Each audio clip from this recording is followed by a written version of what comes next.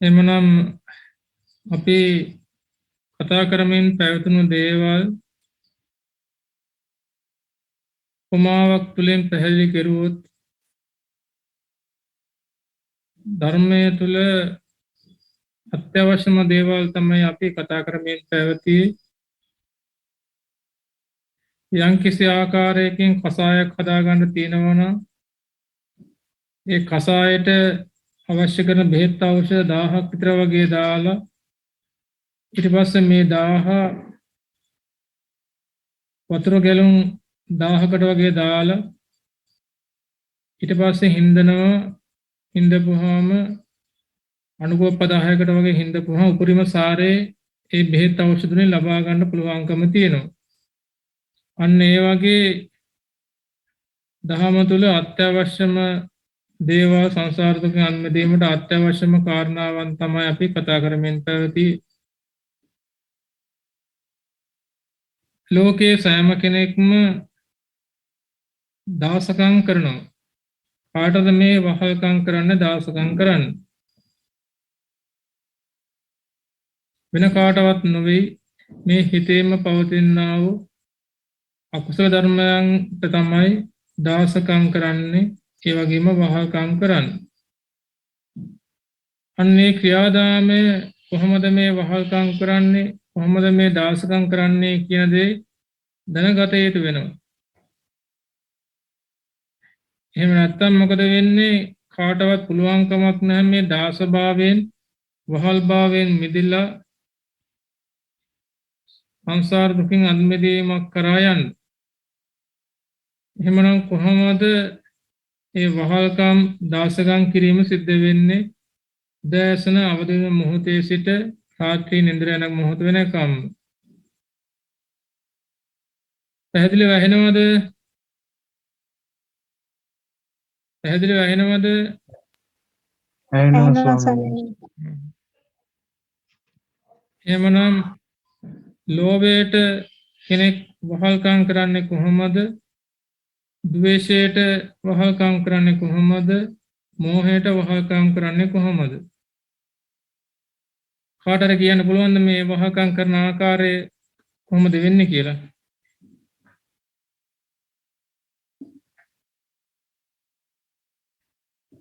එතකොට අපි එහෙනම් පැහැදිලි කරන්න.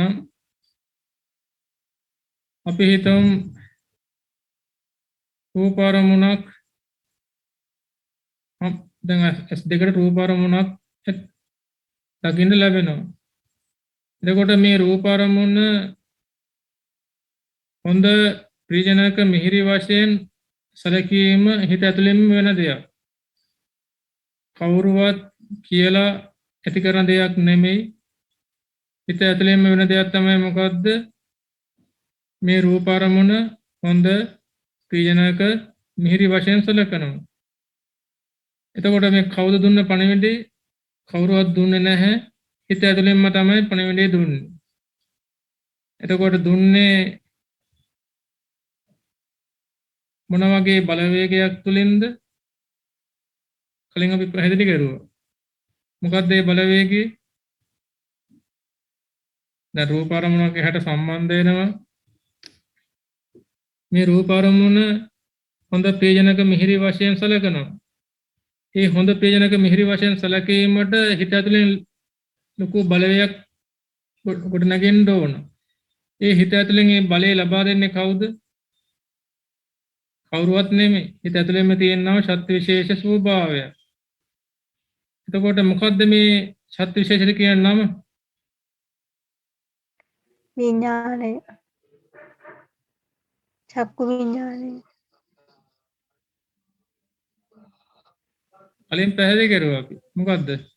කවුරු කියන්නේ? චක්කු විඥානය ස්වාමීන් වහන්සේ. චක්කු විඥානය නෙමෙයි. බොරු කියන්නේ කොහොමද?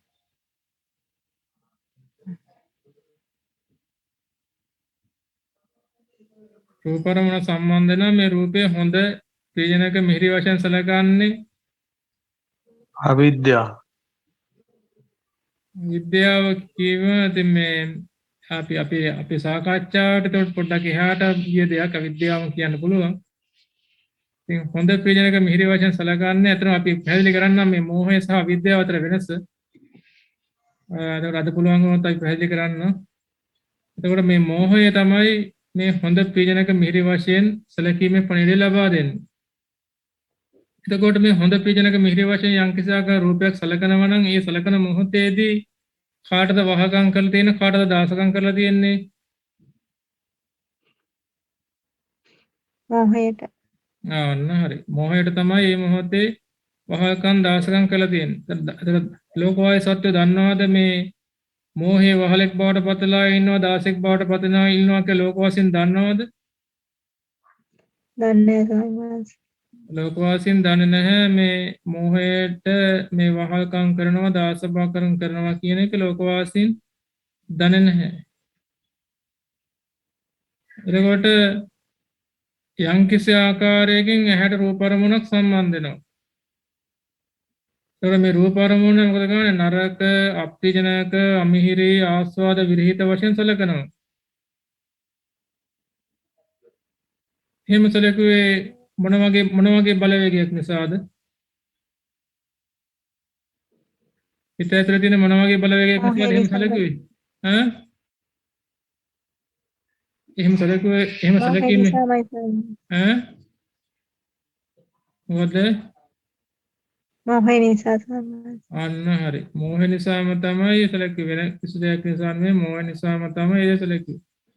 එතකොට දැන් ලෝකවාසී සත්‍ය දන්නවද? මේ මොහොතේ වහකම් කරුවේ මේ මෝහයට කියලා? ලෝකවාසී සත්‍යෝ දන්නේ නැහැ. එතකොට දැන් අපි කියනවා මෙච්චර කාලයක එතකොට මේ රටට නිදහස් හම්බෙලා තියෙනවා. තාම අපිට මේ යටත් විජිත ඒ ස්වභාවයෙන් යටත්භාවයෙන් තාම මෙතෙන්ට බැරුව කියලා තියෙනවා කියලා අපි කියනවා නේද? නිදහස ලැබිලා ලොකු කාලයක් වෙනවා. තාම අපි ලංකාව විදිහට දේශීය ජාතීන්ට වහල්කම් කරනවා දාසකම් කරනවා කියන එක අපි කියනවා. නමුත් එහෙම ස්වභාවයක් යම්කිසි ආකාරයකින් විමර්ශනශීලීව බලන කෙනෙකුට දකින්න පුළුවන්කම තියෙනවා. අඳුන ගන්න පුළුවන්.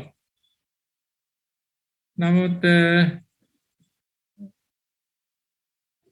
දැන් අපේ ශ්‍රී ලාංකිකයෝ දැන් විදේශ රටවලට ගිහිල්ලා ඉතින් මැද පෙරදිග රටවලට ගිහිල්ලා වහල්කම් කරලා එනවා කියලා දන්නවා. ඉතින් කවුරුත් ඒ දේශ මේ ඒ රටම ජාතිකයින්ට වහල්කම් කරලා දාසකම් කරලා එනවා කියලා දන්නවා. ඉතින් ඒකේ පේනවා ඉතින් මහල් භාවය දාස භාවය කියන්නේ එතකොට ඒක බාහිරින් අඳුන ගන්න පුළුවන්කම තියෙන ඒ ස්වභාවය. නමුත් මේ ස්වභාවය අඳුන ගන්න අමාරුයි. අඳුන ගන්න බොහෝ සෙයින් මෙහෙම දෙයක් සිද්ධ වෙනවාද කියලාවත් කෙනෙකුට තේරුම් ගන්න අමාරුයි. භාග්‍යවතුන් වහන්සේගේ දේශනාව නොතිබෙන්නට කිසිසේත්ම අඳුන ගන්න පුළුවන්කමක් ඇත්තේ නැහැ. දැන් මේ මෝහය විසින් මේ විදිහට වහල් භාවයක් ඇති කරනවා ඒ වගේම දාස භාවයක් ඇති කරගන්නවා. මෝහය නිසා මේ විදිහට වහල්කම් කරන්න සිද්ධ වෙනවා දාසකම් කරන්න සිද්ධ වෙනවා. දැන් මෝහය නිසා වහල්කම් කරන්න වෙන දාසකම් කරන්න වෙන ආකාර දෙකක් කිව්වා. මොකද ඒ ආකාර දෙක?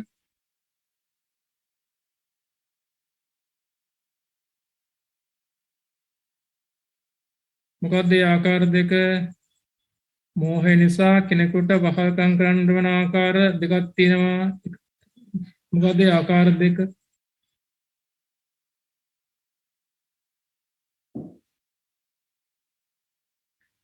මෝහයේ පැතිකඩවල් දෙකක් තියෙනවා. මොකද මේ පැතිකඩවල් දෙක?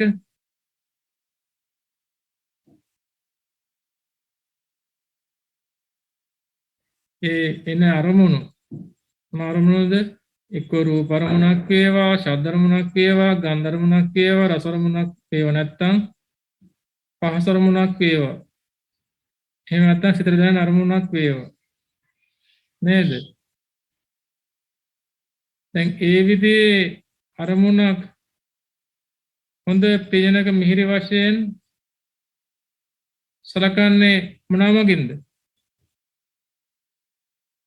හොඳ ප්‍රියනක මිහිරි වශයෙන් සලකන්නේ මෝහය නිසා. එතන මෝහයක පැතිකඩක්. අනිත් පැතිකඩ මොකද්ද?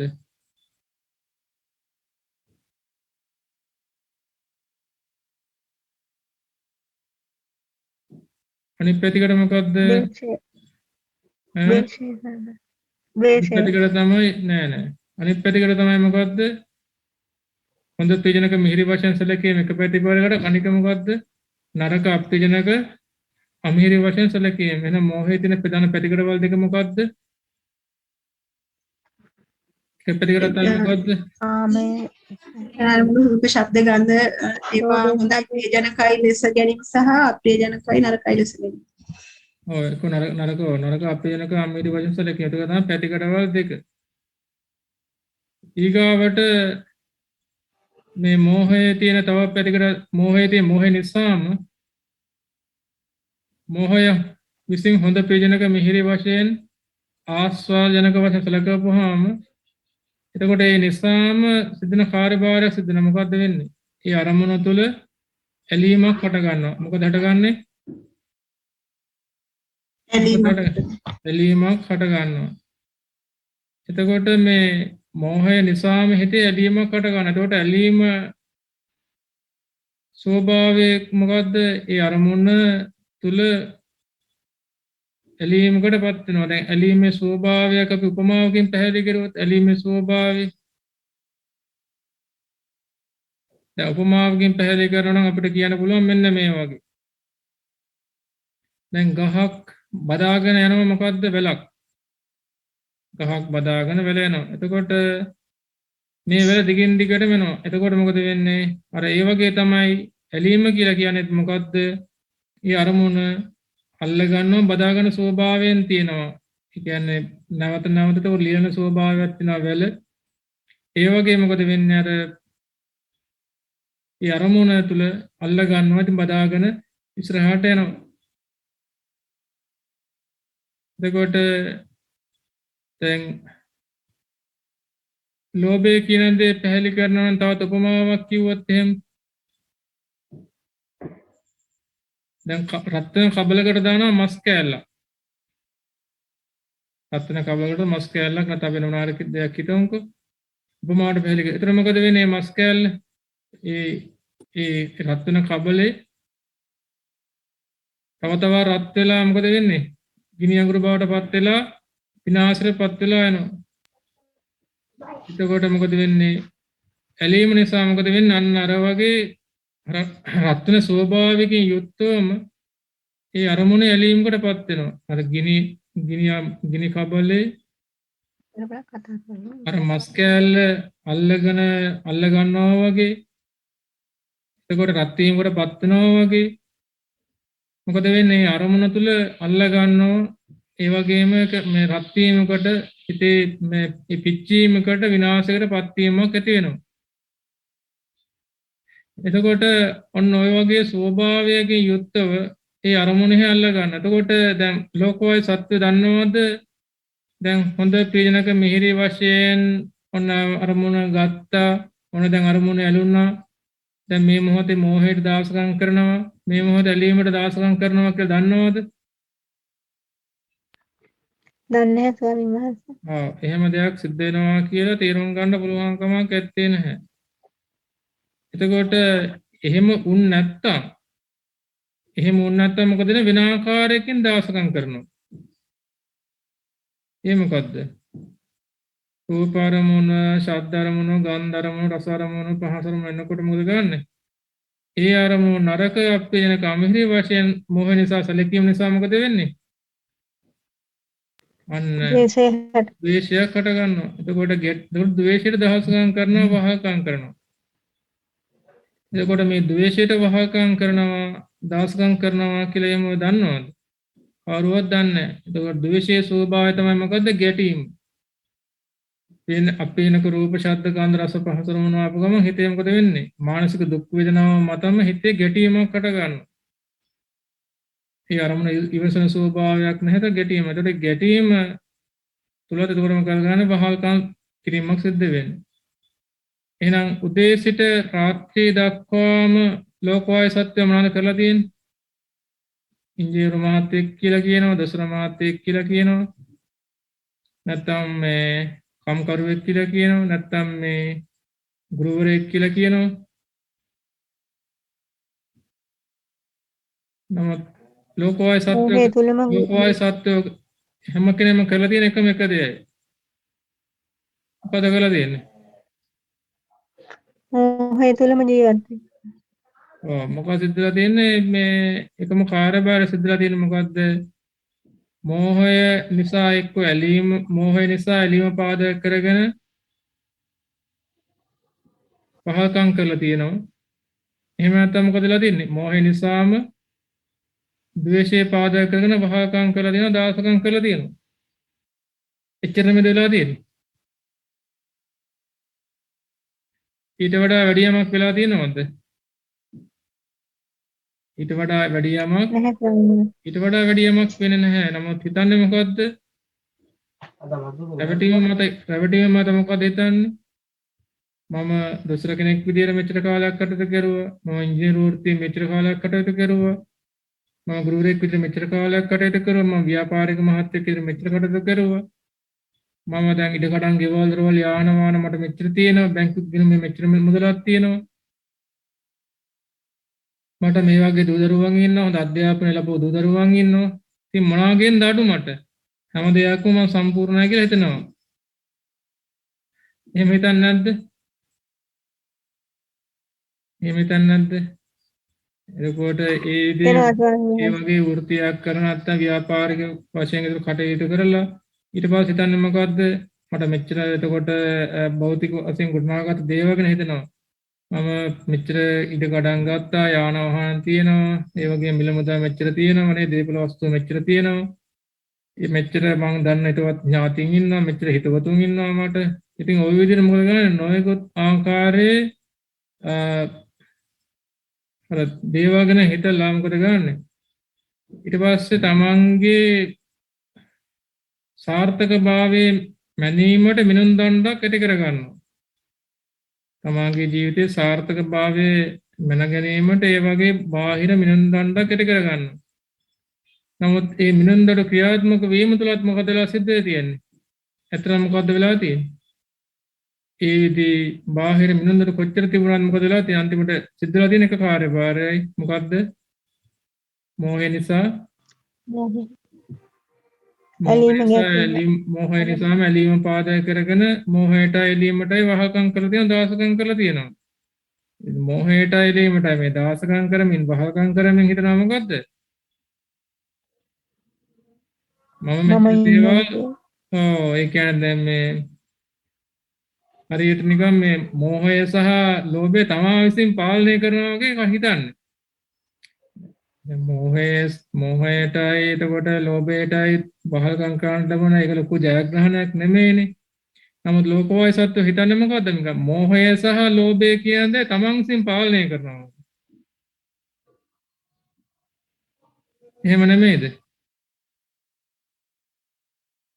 එහෙම නෙමෙයිද? එහෙමයි තමන්ගේ ආයතන හසුරුව ගන්න ඒ විදිහට. ඔව් හිතන්නේ මොකද්ද? ලෝභයට මෝහයට සහ ඇලීමට වහකම් කිරීම වෙනකොට හිතන්නේ මොකද්ද? තමන් විසින් මේ මෝහය සහ ඇලීම පාලනය කරන තමන්ගේ වශයෙන් වුණ විදිහට පවත්වා ගන්න පුළුවන්. ඒ විදිහට තමයි හිතන්නේ. ඒක අනිත් පැත්තට තමයි හිතන්නේ. එතකොට මේ මෝහය සහ ඇලීමට මේ විදිහට වහකම් කිරීම නිසා, දාසකම් කිරීම නිසා දැන් අපි හිතමුකෝ යම් කිසි කෙනෙක් දැන් ජීවිත කාලේ වහකම් කරනවා.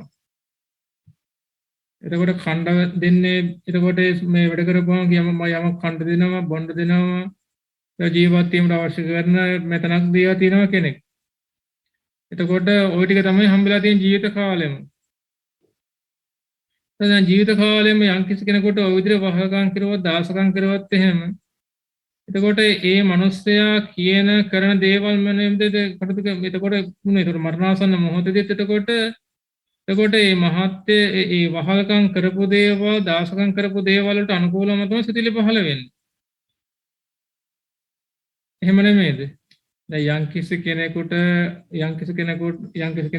ආකාරයකින් මේ වැඩක් කරනවා. කාට හරි. එතකොට මොකද කරන්නේ? කන ටිකක් දෙනවා, බොන ටිකක් දෙනවා, ඉඳ නවතන් පහසුකම් දෙනවා.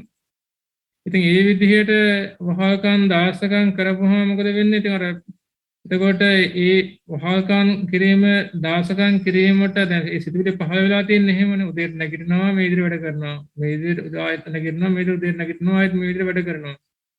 ඉතින් මේ විදිහට තමයි එතකොට ජීවිත කාලය ගෙවිලා තියෙන්නේ.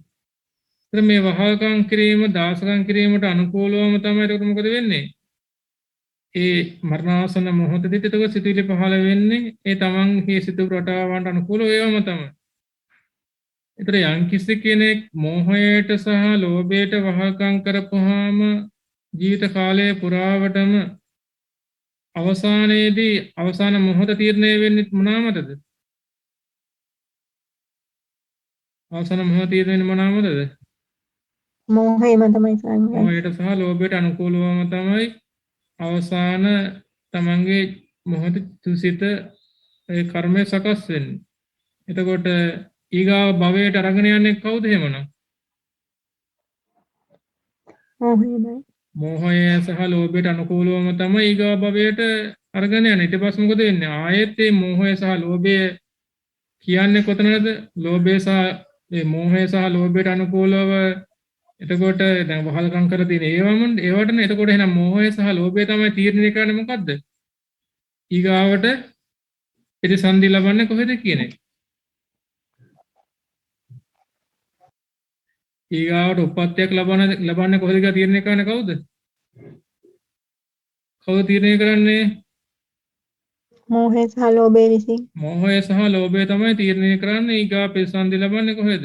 එහෙනම් මෝහය සහ ලෝභය තීරණය කරන්නේ කොහෙද උප්පත්ති ලබන්නේ? චාතුම් මහා රාජකීය තාවතින්සේ යාමේ තුසිතේ නිර්මාණති පරිනිමිතවසවති. කොහොමද? සතර අපාය. ඔව්. ඒව නෙමෙයි. තීරණය කරන්නේ කොහාට යන්නද? නරකය, තිරිසන්, പ്രേත, අසුර කියන ඒ ලෝකයන්ට යන්න තමයි. එතකොට මොකද වෙන්නේ? ඒ තීරණය වීම සිද්ධ වෙන්නේ. ඊට පස්සේ මොකද වෙන්නේ? ආයෙ එහාට ගියට පස්සේ ඒ කාටද වහකම් ගන්න වෙන්නේ? ඒත් මෝහයටමයි සාමි. ඒත් මෝහයටම තමයි වහකම් ගන්න වෙන්නේ. ඉතින් ඕක තමයි සංසාරේ පුරාවටම ආපු දේ. එතකොට යම් කිසි කෙනෙක් ද්වේෂයට වහකම් කරලා තියෙනවා නම් එතකොට නරක අප්‍රයජනක අමීර වශයෙන් සැලකීම නිසා එතකොට ගැටීම ඇති වෙනවා නම් ඒතර මෝහය නිසා ගැටීමට වහකම් කරලා තිනවා. එතකොට එහෙනම් මරණාසන්න මොහොතට බලවත් මොකද වෙන්නේ? එහෙනම් ඊට අනුකූලව තමයි විපාකයේ සකස් වෙන්නේ. එහෙනම් විපාකයේ සකස් වුණාට පස්සේ නම් මෝහය සහ ගැටීමට අනුකූලව තමයි ඊගාට අනුකූලව මොකද? ප්‍රතිසන්දිය නැත්තම් උපත කියන්නේ සකස් වෙන්නේ. එතකොට මේ සතර අපාය තමයි එහෙනම් සකස් වීම තීරණය වෙන්නේ. එහෙනම් ලෝකවාසී සත්‍යෝ මේ මහ ලොකු ජයග්‍රහණ විදිහට තමන්ගේ ජීවිතේ සලකනවා. මොනවද සලකන්නේ? ගෙවා දරවා ඊට කඩන් යාන වාහන නාදී තමන්ගේ ජීවිතේ එකහ වුණා ලුබ්බයක් එකහ වුණා කියලා සලකනවා. එහෙම නෙමෙයිද? ලොකු සාර්ථකත්වයක් ඇති කර ගැනීමට ලොකු මිනුම් දාඬු තමන්ගේ ජීවිතයට ඇති කරගෙන තියෙනවා. ඊට පස්සේ ඒ මිනුම් දුරු හැම දෙයක්ම කොහාට යන මිනුම් දානද? ඒ මිනුම් දාඬු ඔක්කොම කොහාට යන මිනුම් දානද? ඒ කියන්නේ වර්ධනය වෙලා තියෙන මොනවද? සතර අපායට. ඔව් ඒ කියන්නේ වර්ධනය වෙලා තියෙන්නේ මෝහය, ද්වේෂය, මෝහය. ඔය කියන කාරණා තුන තමයි වර්ධනය වෙලා. අකුසල මූලයන් තමයි වර්ධනය වෙලා තියෙන්නේ. මොනවද අකුසල මූලයන් කියලා කියන්නේ? ලෝභ ද්වේෂ මෝහ. ලෝභය, ද්වේෂය, මෝහයට කියන අපි අකුසල මූලයන් කියලා. ඒවා තමයි අකුසල මුල්.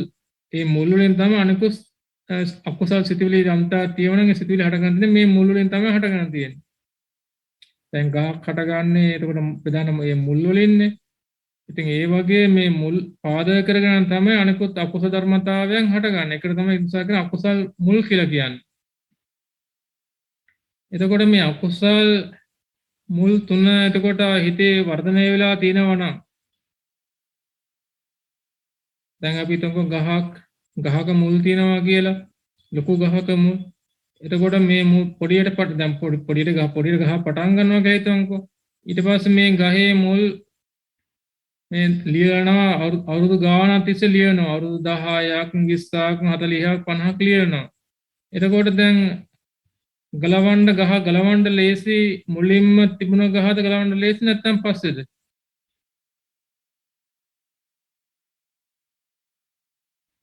මුලින්ම තිබුණ ගහ. මුලින්ම තිබුණ ගහ ගලවන්න ලේසි. ඇයි හේතුව මුල් ගොඩාක් ගිහිල්ලා නැහැ. දැන් මොකද ගන්න එතකොට ගලව ගන්න අමාරුයි. ඉතින් ඒ වගේ තමයි එහෙමනම් මේ ලෝභ මුල් ලියලා තියෙනවනම්, ද්වේෂ මුල් ලියලා තියෙනවනම්, මෝහ මුල් ලියලා තියෙනවනම් ජීවිත කාලේ ඒ මත ගොඩාක් දේවල් ජීවිත කාරණා අපි එක්ක කරන තියෙනවනම් මොකද වෙන්නේ? ඒ දැන් වෙන දේවල් කෙරුවා කියලා ඔය ටික තමයි එක්ක වෙලා තියෙන්නේ. කඩිලා තින්නේ ඒකට. එතකොට මේ ලෝභය වර්ධනය වෙලා තියෙනවා නම්, ද්වේෂය වර්ධනය වෙලා තියෙනවා, මෝහය වර්ධනය වෙලා තියෙනවා නම් මොකද වෙන්නේ? ඒව එතකොට ආය ගලව ගන්න අමාරුයි. ඒවා ලියලා තියෙන්නේ. ඒවා සම්පූර්ණ ලියලා ඒවා මේ සෑහෙන දුරට මුල් බැහැලා තියෙන්නේ. සංසාරේ පුරාවට මුල් බැහැපුවා තියෙන්නේ. එතකොට මේ භවෙත් ඒ වගේම තව අතුලට මුල් බැහැලා තියෙනවා. ඊට පස්සේ මොකද වෙන්නේ? මේ මුල් ලියා ගන්න බෑ. ඉතින් ඊට අනුකූලවම තමයි මොකද වෙන්නේ? මුල් වලට අනුකූල කුසල මුල් වලට මූලයන්ට අනුකූලවම තමයි මොකද වෙන්නේ? අවසාන ප්‍රතිසන්දිය කියන දේ සකස් වෙන්න සිද්ධ වෙන්නේ. ඒකෙන් බේරෙන්න කිසිම ජගතේකට පුළුවන්කමක් ඇත්තේ නැහැ. ඉතින් එහෙමනම් එතකොට අපි පොඩි සාරාංශයක් කරුවොත් එහෙමනම් ලෝභය, ද්වේෂය, මෝහය කියන කාරණාවන් තමයි ස්වාමි පුරුෂයෝ විදිහට හිත ඇතුලේ තියෙන්නේ. එහෙනම් වහල්කම් කිරීම කියන පාදක කරගෙන මොකද කරන්නේ? වහල්කමට අනුකූලව මොකද කරන්නේ? කායික ක්‍රියාවන්, වාචික ක්‍රියාවන්, මානසික ක්‍රියාවන් සිද්ධ වෙනවා ඊට අනුකූලව. එතකොට ඒ කියන්නේ මෝහය කියන්නේ මොකද්ද? ඇලීම කියන්නේ මොකද්ද? ඊට අනුකූලව කායික ක්‍රියාවක් සිද්ධ වෙනවා. වචනයකට වචන කතා කිරීම සිද්ධ වෙනවා. නැත්නම් මනසින් හිතනවා. එතකොට මෝහය දෙන පරිණාමය මොකක්ද? ද්වේෂය දෙන පරිණාමය මොකක්ද? හිත ඇතුලේ අන්න ඊට අනුකූලව මොකද වෙන්නේ? එක්ක කයින් ක්‍රියා කරනවා, නැත්නම් වචනයෙන් ක්‍රියා කරනවා, නැත්නම් එතකොට ඒත් එක්ක මානසික ක්‍රියාවක් ඇති වෙනවා. ඉතින් ওই ටික තමයි සිද්ධ වෙලා තියෙන්නේ. ඉතින් ওই ක්‍රියාදාමෙන් මෙදීම කියන්නේ ලෝකයේ තියෙන අතිශයින්ම අමාරු කාරණා. මේ කියන්නා වූ වහල්කම් කිරීමෙන්, දාසකම් කිරීමෙන් මෙදෙනවා කියන්නේ මොකද? ලෝකයේ තියෙන අතිශයින්ම අමාරු කාරණේ. ඒ අමාරු කාරණේ කියලා කියන්නේ. ලෝකයේ තියෙන අමාරුම කාරණේ කියලා කියන්නේ මොකද? ලෝභය කියලා කියන්නේ මහා හැඩපහරක්. කාමෝග, භවෝග, ditthියෝග, අවිද්‍යාවෝග. එතකොට මේ ලෝභය කියලා කියන්නේ එතකොට සම්පූර්ණයෙන්ම මොකද? මහා හැඩපහරක්. මෝහය කියන්නේ හැඩපහරක්. එතකොට මහා ලොකු එතකොට හැඩපහරකට අහු වුණාට පස්සේ අපි තුමු සුනාමි වගේ හැඩපහරක් කියලා. දැන් සුනාමි වගේ හැඩපහරකට අහු වුණ කෙනා කොහටද යන්නේ? මහා මෝහයට අරගෙන යනවා. ඉතින් ඒ වගේ එතකොට ලොකු බලයක් තියෙනවා මේ මෝහයට සහ ලෝභයට මහා ලොකු බලයක් තියෙනවා. ඒ බලයේ විසින් මොකද කරන්නේ? අරගෙන යන්නේ කොහට? සතර අපාය දිශාවට ඉතා වේගයෙන් අරගෙන යනවා. ඒ නිසා මොකද වෙන්නේ? මේ ක්‍රියාදාමයෙන් මිදෙනවා කියන දේ අතිශයින්ම අමාරු කාරණාවක් වෙනවා. ඉතින් මේ වගේ වහල්කම් කෙරුවට මේ කාරණාවන්ට දැන් වහල්කම් කරන ආකාරය දැන් තේරුණාද? තේරුණා සම්මත. දැන් එතකොට යම් කෙනෙක් මෙන්න මේ ආකාරයටයි ඔබ වහල්කම් කරන්නේ, මේ ආකාරයට දාසකම් කරන්න කියලා දැන් විරාජ් මහත්තයාට පැහැදිලි කරලා දෙන්න පුළුවන් කාට හරි? විරාජ් මහත්තයා. පුළුවන් ස්වාමීන් වහන්සේ. බොහොම හොඳයි. එතකොට ඒක තමයි අවශ්‍ය වෙන්නේ. ඒ කියන්නේ අපි යම් කිසි ආකාරයකින් දැනුමක් ගත්තනම් මේ ඒ දේ එතකොට තවත් කෙනෙකුට ඒත්තු ගන්නවන්න පුළුවන්කම තියෙනවා. මෙන්න ඒ කියන්නේ කිසිම කෙනෙක් හිතන්නේ මේ වගේ වහල්කම් කිරීමක්, මේ වගේ දාසකම් කිරීමක් මේ තියෙනවා කියන දේවල් අඩුමතරමින් හිතන්නේවත් නැහැ. ඉතින් ඒ වගේ කෙනෙකුට ඉතින් මේ වගේ කාරණාව පෙන්වා දුන්නාම ඒක නේද කොට කල්පනා කරලා බලනවා අතරම මේ අපි මෙච්චර දේවල් කෙරුවා කියලා කිව්වට මොකද කරලා නැහැ ජීවිත කාලේ. ඉතින් කිසිම දෙයක් ජීවිත කාලේ කරලා නැහැනේ මේ එකම දේ නේ වෙලා තියෙන්නේ. එකම දේ තමයි මොකද්ද මේ ලෝභයේ මෝහය නිසා එතකොට ඇලීමට මෝහය සහ ඇලීමට වහකම් කරනවා නැත්නම් මෝහයට සහ ද්වේෂයට වහකම් කරනවා. ඔය විදිහට වහකම් කරන ජීවත් වෙන්න ඕනේ වැඩක් තියෙනවා ඒකේ. ඉතින් ඔක ඒක දෙමේ ජීවත් වීම කියලා කියන්නේ. ඒ විදිහට ජීවත් වෙනවා කියලා කියමු කිසි කෙනෙක් ඒ විදිහට හැවටිලා ඉන්නවා. භාගතුන් වහන්සේ සලකනවා දෙක ජීවත් වීමක් විදිහට. නැහැ ස්වාමීන් වහන්සේ. භාගතුන් වහන්සේ ඒ විදිහට මෝහය සහ ඇලීමට අනුකූලව කටයුතු කිරීම සහ මෝහය නිසා අතර ගැටීමට අනුකූලව කටයුතු කිරීම කිසිසේත්ම ජීවත් වීමක් විදිහට සැලකුවේ නැහැ. මොකද සැලකුවේ? මොනවද සැලකුවේ ඒක? මරණයක් විදිහට. මරණයට පත් වෙලා දින ජීවිතයක් තමයි සැලකුවේ ජීවත් වෙන ජීවිතයක් විදිහට සැලකුවේ නැහැ. මොකද භාගතුන් වහන්සේ ජීවත් වීම කියලා කිව්ක සැලකුවේ මොකද්ද? මේ වහල් භාවයෙන් මිදලා ඉන්නවනම් මේ වහල් භාවයෙන් මිදලා ඉන්නවනම් වහල් භාවයෙන් මිදලා යම්කිසි මොහොතක් එක තප්පරයක් එක විනාඩියක් නැත්නම් යම්කිසි ආකාරයෙන් පැයක් ජීවිත කාලය ගත කරනවා නම් ඒ ගත කරන කාලය තමයි ජීවත් වීම විදියට සැලකුවේ. ඉතින් එහෙනම් එතකොට අපි තේරුම් ගන්න ඕන දේ තමයි නම් සැබෑම ජීවත් වීම කියලා කියන්නේ මොකද්ද? මෝහය නිසා එතකොට මෝහය සහ ඇලීමට වහකම් කිරීමවත් නෙවෙයි මෝහය සහ ගැටීමට වහකම් දාසකම් කිරීමවත් නෙමෙයි සැබෑ ජීවත් වීම කියලා සලකන්නේ. එහෙමනම් අපි ඒක තේරුම් ගන්න ඕන. එහෙමනම් මේ කතාර්බුදේ සම්බන්ධ නොතේරුණක් තියෙනවා නම් අහන්න පුළුවන්. ඊගාව කාරණේ පැහැදිලි කිරීමට බලමු.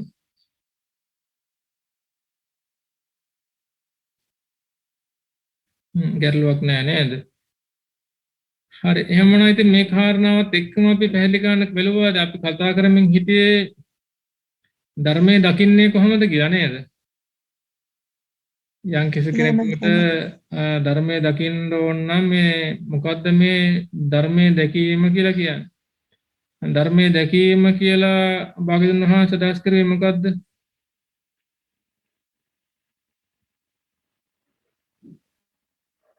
පංචස්කන්ධ ක්‍රියාකාරීත්වය ඒක පංචස්කන්ධ ක්‍රියාකාරීත්වය තේරුම් ගැනීම තමයි රූප වේදනා සංඥා සංස්කාර විඤ්ඤාණ. නමුත් ඊට අමතර දෙයක් භාග්‍යවතුන් වහන්සේ දේශනා කරුවා. ඉතින් එතන නතර වෙන්නේ නැතුව ඊට අමතර කාර්යභාර දේශනා කරුවා ධර්මයේ දැකීම කියලා කියන්නේ. ඒක තමයි. එතකොට මේ ධර්මයේ දැකීම කියන්නේ මොකද්ද? භාග්‍යවතුන් වහන්සේගේ දේශනාවට අනුකූලව සැබෑ ධර්මයේ දැකීම කියලා කියන්නේ මොකද්ද? හේතුඵල සම්බන්ධතාවය නොනින් දැකීම. හේතුඵල සම්බන්ධතාවය දකින්නේ මොනවාගේ හේතුඵල සම්බන්ධතාවයද? දැන් පංචස්කන්ධය. පටිච්ච සම්පද. පංචස්කන්ධය ප්‍රදාන කරගෙන හේතුඵල සම්බන්ධතාවය දැකීම. පංචස්කන්ධය පාදක කරගෙන මයික් ඔෆ් කරගන්න අවශ්‍ය වෙන වෙලාවට විතර ඔන් කරගන්න. එතකොට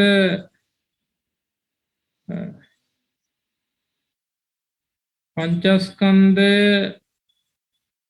තුල පවතින හේතුඵල සම්බන්ධතාවය දැකීම තමයි ධර්මයේ දැකීම විදිහට අදහස් කරන්නේ. එතකොට එහෙමනම් මේ අපි කතා කරුවා මොකද්ද මේ රූප වේදනා සංඥා සංස්කාර විඤ්ඤාණ කියලා ගොඩවල් පහක් තියෙනවා. මේ ගොඩවල් පහ හට ගන්න වර්තමාන හේතු තියෙනවා. එහෙනම් මේ වර්තමාන හේතුන් නිසා මෙන්න මේ ස්කන්ධ පහ හට ගන්නවා. ඊට පස්සේ මෙන්න මේ හේතු නැතුව ගියොත් එහෙනම් මේ ස්කන්ධ පහ හටගන්නේ නැහැ කියලා තේරුම් ගන්න ඕන. ඒ වගේම තමයි මොනවාද? මේ ස්කන්ධ පහ හට ගැනීමට අතීත හේතු තියෙනවා. අතීත හේතු මොනවාද? විද්‍යා තෘෂ්ණා කර්ම. අතීත හේතු තුනයි අවිද්‍යාව, තෘෂ්ණාව, කර්ම. එහෙනම් අවිද්‍යාව, තෘෂ්ණාව, කර්ම නිසා මේ ස්කන්ධ පහ හටගෙන තියෙනවා. ඒතර අවිද්‍යාව, තෘෂ්ණා, කර්ම පහින වෙලා තිබ්බනම් මොකද වෙන්නේ? මේ ස්කන්ධ පහ හටගන්න නැති හැටි දකින්න ඕන. ඒ වගේම මොකද වෙන්න ඕන? වර්තමාන මොහොතේ කටයුතු කරනකොට අවිද්‍යාව තෘෂ්ණාව කර්ම හට ගන්නවා. දැන් මේ වර්තමාන මොහොත තුළ කටයුතු කරනකොට මොනවද හට ගන්නේ? අවිද්‍යාවයි තෘෂ්ණාවයි කර්ම හට ගන්නවා. ඒ වර්තමාන මොහොතේ අවිද්‍යාව තෘෂ්ණා කර්ම සකස් වීම නිසා මොකද වෙන්නේ? අනාගත ස්කන්ධ පහ හට ගන්න හැටි දකින්න ඕන. ඒ වගේම තමයි වර්තමාන මොහොතේ විදර්ශනා භාවනාව කටයුතු කරනකොට මොකද වෙන්නේ? අවිද්‍යාව තෘෂ්ණාව කර්ම ප්‍රහීන වෙනවා. ඒ නිසා මොකද අනාගත ස්කන්ධ පහ හට ගන්න නැති හැටි නුවණෙන් දකින්න ඕන. ඔකට තමයි හේතුඵල සම්බන්ධතාවයේ දැකීම කියලා කියන්නේ. ඉතින් එතකොට අපි යම්කිසි කාරණාවක් පැහැදිලි කරගමු. දැන් අවිද්‍යාව කියන්නේ මොකද්ද? අපි මේ පැහැදිලි කරන්න යන්නේ අපි දැන් හේතුඵල සම්බන්ධතාවය ගැන අපි කතා කරමින් ඉන්නේ. එතකොට මේ හේතුඵල සම්බන්ධතාවය ගැන කතා කරනකොට ඉතා වැදගත් දෙයක් තේරුම් ගැනීමට මේ සූදානම් වෙන්නේ. එතකොට අවිද්‍යාව කියන්නේ මොකද්ද කියන අපි පැහැදිලි කරන්නේ තෘෂ්ණාව නිසා අවිද්‍යාව හට ගන්න හැටි අවිද්‍යාව නිසා තෘෂ්ණාව හට ගන්න හැටි තමයි පැහැදිලි කරන්න යන්නේ. මොකද්ද පැහැදිලි කරන්න යන්නේ? අවිද්‍යාව නිසා තෘෂ්ණාව හැටගන්නේ. ඒ වගේම මොකද්ද? තෘෂ්ණාව නිසා අවිද්‍යාව අවිද්‍යාව හට ගන්න හැටි තමයි මේ පැහැදිලි කරන්න යන්නේ. එතකොට මේ අවිද්‍යාව කියන්නේ මොකද්ද කියලා තේරුම් ගන්න එපා ඉස්සර වෙලා. මොකද්ද අවිද්‍යාව කියන්නේ? දැන් කලින් පැහැදිලි කරුවානේ අපි මොකක්ද අවිද්‍යාව කියන්නේ? චතුරාර්ය සත්‍ය නොදැනීම. චතුරාර්ය සත්‍ය නොදැනීම. එතකොට දැන් චතුරාර්ය සත්‍ය පිළිබඳ නොදැනීමට තමයි අවිද්‍යාව කියලා කියන්නේ. එතකොට තව චුට්ටක් පැහැදිලි කරනවා නම් අවිද්‍යාව කියන්නේ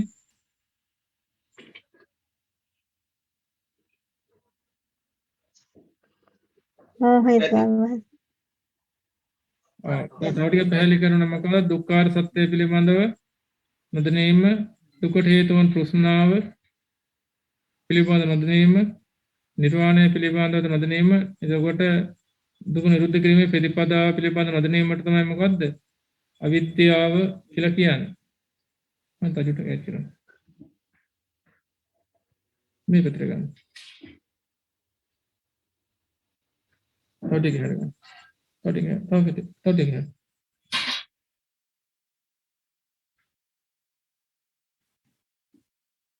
හොඳයි.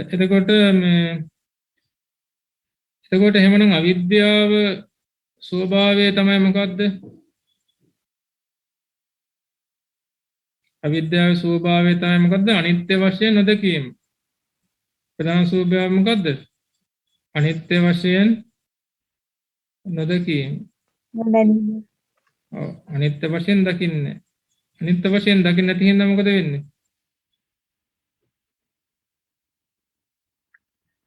අවිද්‍යාව අනිත්‍ය වශයෙන් නොදකින හින්දා ඒක නට මේක දුක්ඛ ස්වභාවයක් තියෙනවා කියලා තේරුම් ගන්න බෑ. අනිත්‍ය වශයෙන් නොදකින කිසිම කෙනෙකුට මොකද තේරුම් ගන්න බැරි? දුක්ඛ භාවය. දුක්ඛ ස්වභාවයක් තියෙනවා කියලා තේරුම් ගන්න බෑ. ඒකද බඩේ අමාරුවක් හටගත්තාම බඩේ අමාරු නිසා දුක් වේදනාවක් හට ගන්නවා. කකුලේ එතකොට ගලක් යනවාම දුක් වේදනාවක් හට ගන්නවා. එහෙම දුක් වේදනාවක් දැනීම කියන්නේ දුක්ඛාර සත්‍ය පිළිසිඳ දැන ගැනීම නෙමෙයි. යම් කිසි කෙනෙකුට කකුලේ ගලක් යනවා වේදනාවක් හට ගන්නවා නම් බඩේ අමාරුවක් හට ගන්නවා නම් ඒ බඩේ අමාරුවෙත් පවතිනව හට ගැනීම සනතේම තේරුම් ගන්නවා නම් ඒ හට ගැනීම සනතේම තේරුම් ගැනීම නිසා දුක්ඛ ස්වභාවයක් අවබෝධ වෙනවා නම් අන්න ඒක තමයි මොකද්ද? දුක්ඛාර සත්‍ය පිළිසිඳ දැන ගැනීම කියලා කියන්නේ. නමුත් ලෝකේ ඕනම කෙනෙකුට තේරුම් ගන්න පුළුවන් මොකද්ද? බඩේ අමාරුවක් හදනම තමයි දුකක් තියෙනවා. හිසේ අමාරුවක් හටගත්තාම දුකක් තියෙනවා තේරුම් ගන්න පුළුවන්. නමුත් ඒක දුක්ඛාර සත්‍ය පිළිසිඳ දැන ගැනීමටම අයිති වෙන්නේ නැහැ. දුක්ඛාර සත්‍ය නිවර්ත්‍යාකාරයෙන් පිළිසිඳ දැන ගැනීම කියලා කියන්නේ මොකද්ද? මේ වේදනාවක් හටගත්තත් ඒ වේදනාවේ වෙනස් වෙන ස්වභාවය අවබෝධ වෙනවා නම් ඒක තමයි දුක්ඛ ස්වභාවය අවබෝධ වීම කියලා කියන්නේ. එතකොට එහෙමනම් දැන් අත සරලව අපි තේරුම් ගත්තොත් දැන් මේ වෙනස් වෙන ස්වභාවය තේරුම් ගන්න නැත්නම් කෙනෙකුට අනිත්‍යභාවය තේරුම් ගන්න නැත්නම් අනිත්‍යභාවය කියලා කියන්නේ මොකද? හට ගැනීම සහ නැතිවීම. දැන් මේ මොහොතේ ඉස්සෙල්ලා හටගත්ත හිත දැන් තියෙනවද? තියෙනවද? නෑ ස්වාමීන් වහන්සේ. දැන් මේ මොහොතේ හට ගන්නා හිත තව පොඩ්ඩෙන් තියෙනවද? නෑ ස්වාමීන් වහන්සේ. හටගෙන පැවතුන උද වෙලා යනවා. එතකොට දැන් මේ මොහොතේ ඉස්සෙල්ලා තිබිච්ච රූපයන් දැන් තියෙනවද? ඒත් නැහැ. ඔව්. දැන් මේ මොහොතේ රූපයන් ඊගාවට තියෙනවද? එහෙමයි ඒ වෙලාවෙත් නැහැ. එහෙමත් නැහැ. එතකොට මොකද වෙන්නේ? ඔක්කොම හටගෙන පැවතිලා නැති වෙන ස්වභාවයෙන් තමයි හැම මොහොතක් සිද්ධ වෙන්නේ. ඒතර මේ හට ගැනීම, පැවතීම, නැතිවීම, තේරුම් ගැනීම නිසාම තමයි කෙනෙකුට අවබෝධ වෙන්නේ මොකද? දුක්ඛ ආර්ය සත්‍ය. ඒ මතම තමයි දුකට හේතු වන තෘෂ්ණාව පෙළ වෙන්නේ. ඒ මතම තමයි ලෝකෝත්තර අරෂ්ඨාංගික මාර්ගයන් ටික වැඩෙන්නේ. ඒ කාරණා පැහැදිලි නේද? මොකද අපි හැමදාම පැහැදිලි කරන දෙයක්නේ.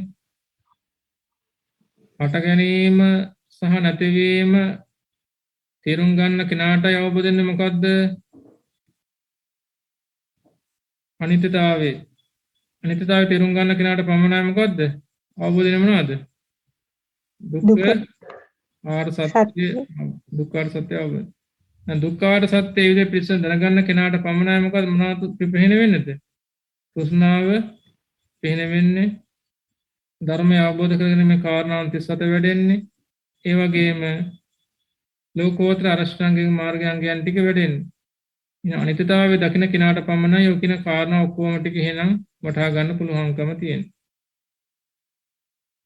එතකොට එනම යම් කිසි කෙනෙක් අනිත්‍යතාවය තීරුම් ගනිමින් ඉන්නේ නැත්තම් මොකද වෙන්නේ? දැන් මේ පැහැදිලි කරන්නේ අවිද්‍යාව නිසා තෘෂ්ණාව හට ගන්න හැටි පැහැදිලි කරන්න යන්නේ. එහෙනම් යම් කිසි කෙනෙක් රූප, ශබ්ද, ගන්ධ, රස, පහස හිතට දැනෙන අරමුණු එනකොට ඒ වගේ අනිත්‍යතාවය තේරුම් ගන්න නැහැ. අනිත්‍යතාවය තේරුම් ගන්න තින්ද මොකද වෙන්නේ? මොකද වෙන්නේ? ඒ අරමුණු හොඳ ප්‍රයෝජනක මිහිරි වශයෙන් සලකලා ඇලෙනවා. හොඳ ප්‍රයෝජනක මිහිරි වශයෙන් සලකලා මොකද වෙන්නේ? ඒ අරමුණේ ඇලීමකටපත් වෙනවා. ඒතර දැන් පැහැදිලි වෙනවද අවිද්‍යාව නිසා තෘෂ්ණාව හට ගන්න හැටි?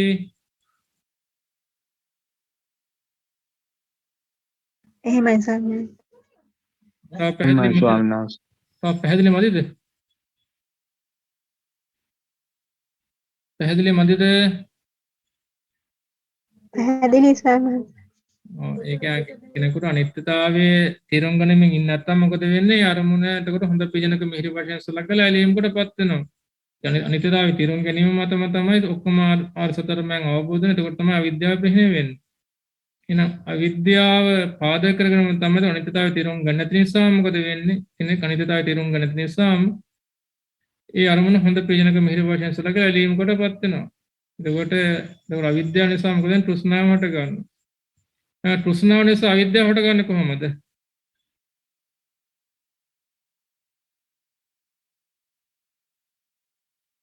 තෘෂ්ණාව නිසා උපාදානය ඇති වෙනවා ස්වාමීන් වහන්සේ. නෑ අපි හානේ තෘෂ්ණාව නැත්තම් ලෝභය නිසා අවිද්‍යාව හටගන්න හැටි කොහොමද කියලා. උදාහරණ දීලා පැහැදිලි කරන්න පුළුවන්කම තියෙනවා. මෙන්න මෙහෙමයි සවනංශ කියන්නේ. අරමුණ හොඳ වශයෙන් ගැනීම නිසා මේවා හට ගන්න ඇලීම. තෘෂ්ණාව නිසා අවිද්‍යාව හටගන්න මෙන්න මෙහෙම.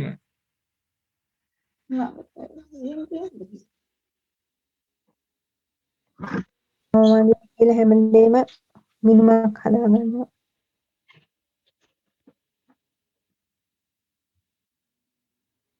මේක දැන් තේරුම් ගන්න ඕන. ඉතින් එකයි තියෙන්නේ. දැන් තෘෂ්ණාව නිසා අවිද්‍යාව හටගන්න. එතකොට යම් කිසි කෙනෙක් මොකද කරන්නේ? මොකද කරන්නේ? රූප අරමුණක් හොඳ ප්‍රයෝජනක මිහිරි වශයෙන් සලකනවා. අපි දුක නාට්‍යයක් බලනවා කියලා. යම් කිසි කෙනෙක් මොකද කරන්නේ? නාට්‍යයක් බලනවා. එතකොට නාට්‍යයක් බලනකොට නාට්‍යයේ තියෙන රූපයන් ටික හොඳ ප්‍රයෝජනක මිහිරි වශයෙන් සලකමින් ඉන්නේ. ඒත් ඇලීම තියෙනවා. ඒත් මේ ඇලීම තුළ හිත කිඳා බහැලා තියෙන්නේ. ඒ ඇලීම තුළ මොකද හිත කිඳා බහැලා ඒක ආස්වාදන අරමුණක් විදිහට ඒ අරමුණ තුළ ඉන්නවා. දැන් මේ අරමුණේ මෙහෙම ඉන්න කෙනාට මේක අනිත්‍යතාවය තේරුම් ගන්න පුළුවන්ද? වෙනස් වෙන ස්වභාවය පුළුවන්ද? තේරුම් ගන්න බෑ. තේරුම් ගන්න පුළුවන්ද? තේරුම් ගන්න පුළුවන්ද බැයිද? තේරුම් ගන්න බැහැ ස්වාමීන් වහන්සේ. තේරුම් ගන්න බෑ. ඒ නිසා මොකද හටගන්නේ? තෘෂ්ණාව නිසා අවිද්‍යාව හටගන්නවා. යම් කෙනෙක් මොකද ගන්න හොඳට මේ හොඳයි ප්‍රේජනකයි මෙරි කියලා මොකද සින්දුවක් අහමින් ඉන්නවා. දැන් සින්දුව අහමින් ඉන්නකොට කොට ඒක ඒ අරමුණද ඇලීමකට පත් වෙලා ඉන්නේ. ඉතින් ඇලීම තුළ කිඳාව බැහැලා ඉන්නේ. කිඳාව බැහැච්ච මනසත් තුළ තියෙන ඇලීම තුළ. ඉතින් මේ ඇලීම තුළ කිඳාව බැහැච්ච මනසකට පුළුවන් අනිත්‍යතාවය තේරුම් ගන්න සද්ධර්මුනේ. සද්ධර්මුණ තුළ හට ගන්නා ස්කන්ධ පහ, ශබ්දය සම්මාන කර හට ගන්නා ස්කන්ධ පහ අනිත්‍ය වශයෙන් දකින්න පුළුවන්ද?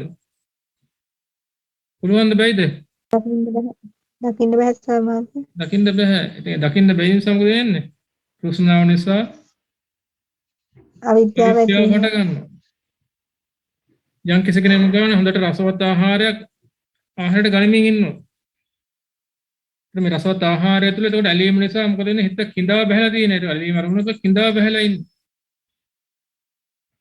අනිත්‍යතාවය තේරුම් ගන්න පුළුවන්ද? තේරුම් ගන්න බැහැ ස්වාමීන් වහන්සේ. තේරුම් ගන්න බෑ. ඒකට දැන් අපි ආහාර ගන්නකොට සිහියෙන් ආහාර ගන්න කියලා කියනවා. නේද? ආහාර ගන්නකොට සිහියෙන් ආහාර ගන්න කියලා කියනවා. දැන් එහෙමයි ස්වාමීන් ආහාර ගන්නකොට සිහියෙන් ආහාර ගන්න බැරි මොකද? අවිද්‍යාව නිසා. තෘෂ්ණාව නිසා. රස තෘෂ්ණාව නිසා. හවුද? ඒ කියන්නේ අවිද්‍යාව නිසා තෘෂ්ණාවට ගන්නවා, තෘෂ්ණාව නිසා අවිද්‍යාවට ගන්නවා. ඉතින් කොහෙද සිහිය පවත්ත ගන්න? නේද? ආහාර ගන්නකොට සිහිය පවත්ත ගන්න බැරි මොකද හේතුව ඉතින්? ඉතින් ওই කාරණා රසයේ කිනා බහැගනි. එතකොට මොකද වෙන්නේ? තෘෂ්ණාව තුළ කිඳා අවිද්‍යාව නිසා මොකද වෙන්නේ? තෘෂ්ණාව තුළ කිඳා බැහැිනවා. තෘෂ්ණාව නිසා මොකද වෙන්නේ? අවිද්‍යාව තුළ කිඳා බැහැිනවා. ඉතින් එතකොට මොකද වෙන්නේ? ආහාර ගැනීම තුළ සිහිය පවත්වා ගන්න අමාරුයි. ඉතින් මොකද මේ අරමුණ තුළ ඇලීමකට පත් වෙනවා. ඇලීම නිසා මොකද වෙන්නේ? අනිත්‍යතාවය තේරුම් ගන්න පුළුවන්කමක් නැහැ.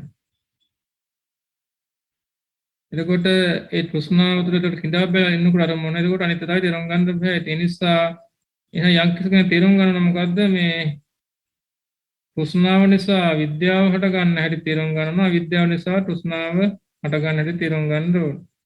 දැන් එතකොට පැහැදිලි කරලා දෙන්න පුළුවන්ද තෘෂ්ණාව නිසා විද්‍යාව හට ගන්න හැටි?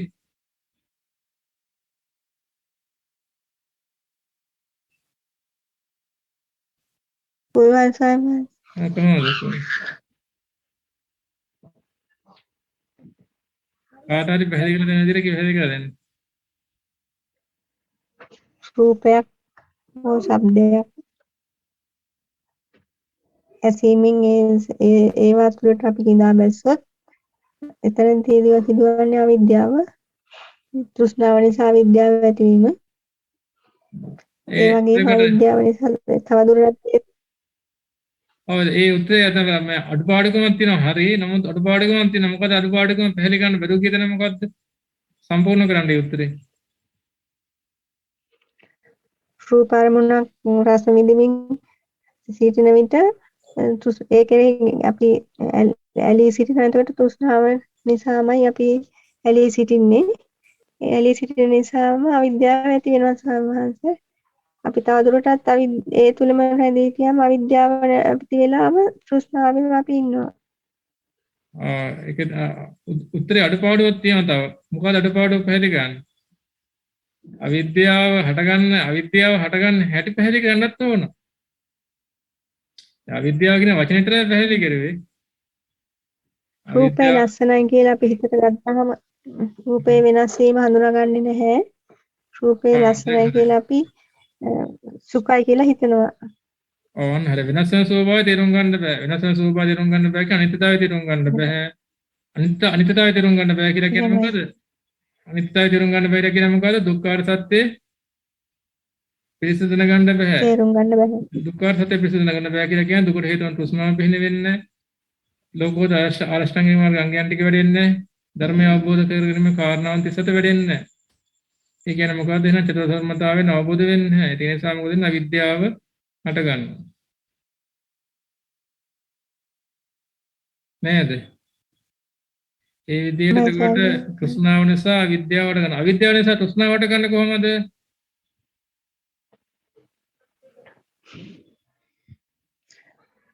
රූපවල ස්වභාවය නොදන්නාකම නිසා රූප බලන්න අපි කැමති වෙනවා. කැමති වුණාම අපි අවිද්‍යාවෙම රැඳෙනවා ස්වාමීන් වහන්සේ. තව කාටද උත්තර සම්පූර්ණ කරන්න පුළුවන්? තව කාටද උත්තර සම්පූර්ණ කරන්න පුළුවන්?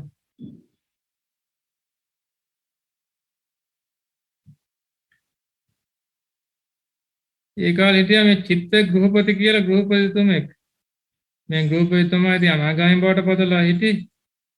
මේ අනාගාමීපත් වෙච්ච මේ උපාසකතුමාගේ ආශ්චර්ය කාරණාවන් කියත් මොකද? ආශ්චර්ය කාරණා කොහොම කියත් තිබ්බද? ස්වාමීන් වහන්සේලාගෙන් නිතර විමසනවා. නෑ ආශ්චර්ය කාරණා මටත් දුක තිබුණා. යටින් එක කාරණාවක් තමයි මොකද්ද මේ මොකද්ද? ස්වාමීන් වහන්සේ කෙනෙක් ගාවට ගියාම මේ ස්වාමීන් වහන්සේ ධර්ම සාකච්ඡාවට ආවේ නැත්නම් මොකද ගන්නෙ? ස්වාමීන් වහන්සේ ධර්ම සාකච්ඡාවට ගන්නවා. ඒ ධර්ම සාකච්ඡාවට අරගෙන ධර්මයේ කතා කරනවා. ගිහි පුජ්‍යලෙක් කතා කරුවොත් එහෙම එතකොට ඒ ධර්මයේ පිළිබඳව නිරන්තරයෙන්ම සාකච්ඡා කිරීම, ඒකට ප්‍රශ්න අහලා ප්‍රශ්න විසඳා ගැනීමට ඒ තුල තමයි මොකද වෙන්නේ? විශාල වශයෙන් ලෞකික ප්‍රඥාව කියන දේ හටගන්නේ. ලෞකික ප්‍රඥාව හටගන්නේ. මේ ප්‍රඥාව අවශ්‍ය වෙනවද නිවන් දැකීමේ කාර්යභාර සම්පූර්ණ කර ගැනීමට. එතකොට අනික තමයි භාවනාව තුළ නුවණින් දකින්න තියෙන දේවල්. මේ හැම දෙයක්ම භාවනාව තුළ නුවණින් දකින්න තියෙන දේ. ඒ නුවණින් දකින්න තියෙන දේ පිළිබඳව නිතර කතා කළ යුතු වෙනවා. අවිද්‍යාව නිසා තෘෂ්ණාවට ගන්න කොහොමද? රූපය සත්‍යයේ පුද්ගලික විදිහට ගන්නවා සමහර ධාතු වලින් හැදුණු නිතර වෙනස් වෙන කොටස් ප්‍රමාණයක් නොවේ කියලා දන්නේ නැහැ. ඒ නිසා සත්‍යයේ පුද්ගලික විදිහට මොහේ තුලින් දක්වනවා. යම්කිසි කෙනෙකුට කොට යම්කිසි රූපාරම්මණක් අනිත්‍යතාවය රූපාරම්මණ සම්බන්ධ වෙනවා නම් අනිත්‍යතාවය තේරුම් ගන්න බැරි නම් මොකද වෙන්නේ? අනිත්‍යතාවය තේරුම් ගන්න බැරි වීම නිසා මොකද වෙන්නේ? නැවත බැඳෙනවා. අනිත්‍යතාවය තේරුම් ගන්න බැරුව ගියාම මොකද වෙන්නේ? අනිවාර්යයෙන්ම මොකද වෙන්නේ? බොහෝ විට සිද්ධ වෙන්නේ මොකද? අනිත්‍යතාවය තේරුම් ගන්න බැරුව නිසා මොකද වෙන්නේ? ඒ අරමුණ හොඳ ප්‍රයෝජනක මිහිරි වශයෙන් සලකලා අරමුණ ඇලෙනවා. එතකොට තමයි මොකද වෙන්නේ? අවිද්‍යාව නිසා තෘෂ්ණාව හටගෙන සිද්ධ වෙන්නේ. අනිත්‍යතාවය තේරුම් ගන්න බෑ. විනාශන ස්වභාවය තේරුම් ගන්න බෑ. විනාශන ස්වභාවය තේරුම් ගන්න බෑ. එතකොට ඒ නිසා දුක්ඛ සත්‍ය අවබෝධ වෙන්නේ. දුකට හේතුන් තෘෂ්ණාව වෙන්නේ. ලෝකෝත්තර අරහංගේ මාර්ගය තුල ඉන්නේ. ධර්මය අවබෝධ කරගෙන මේ කාරණාවන් 30ට වෙඩෙන්නේ. නිර්වාණය ප්‍රත්‍යක්ෂ වීම මොකද සිද්ධ වෙන්නේ. එන්නේ කාලේ අවිද්‍යාව යුක්ත මනසකින් ඉන්නකොට මොකද වෙන්නේ? රූපරමුණක් ආපු ගමන් මොකද වෙන්නේ? ඒ රූපරමුණ හොඳ ප්‍රයෝජනක මිහිරි වශයෙන් සලකලා ඇලීමකට පත් වෙනවා. ශබ්දරමුණත් හොඳ ප්‍රයෝජනක මිහිරි වශයෙන් සලකනවා. ඒ අරමුණේ එක් ඇලීමකට පත් වෙනවා නැත්නම් ගැටීමකට පත් වෙනවා. ඉතින් එතකොට මොකද වෙන්නේ? එවනම් ඇලීම කියන කාරණේ එතකොට එවනම් ඒක තෘෂ්ණාව නිසා අවිද්‍යාව හට ගන්නවා. අවිද්‍යාව නිසා තෘෂ්ණාව හට ගන්නවා කියන කාරණා එතකොට අපි හොඳින් තේරුම් ගන්න ඕනකම තියෙනවා. ඒතර මේ සාකච්ඡාවේ තවත් කාරණාවක් මැදිහත් වුණා. මොකද්ද මේ අවිද්‍යාව සහ මෝහය කියන්නේ එකක්ද? අවිද්‍යාව සහ මෝහය අතර දෙක වෙනසක් තියෙනවද? දැන් ගොඩක් පොත්වල නම් තියෙන අවිද්‍යාව සහ මෝහය කියන එකක් විතර තමයි තියෙන්නේ. ඒක දැන් තේරුම් ගන්න ටිකක් අමාරු කාරණාවක් මේ පැහැදිලි කරන්න දැනන්නේ. මොකද ගොඩාක් පොත්වල තියෙන අපි ගොඩාක් කියපුවම අවිද්‍යාව කියන්නේ එකක්. මේ අවිද්‍යාව කියන්නේ අවිද්‍යාවටම තමයි මෝහය කියන්නේ. මෝහය කියන්නේ අවිද්‍යාව. අවිද්‍යාව කියන්නේ මෝහය. ඔය විදිහට තමයි ගොඩාක් පොත්වල සඳහන් වෙන්නේ. අවිද්‍යාව සහ මෝහය කියන එකද දෙකක්ද? බලන්න කියන්න බලන්න. දෙකක් ස්වාමීන් වහන්සේ. දෙකක් වෙන්නේ කොහොමද කියලා පැහැදිලි කරන්න ඕන.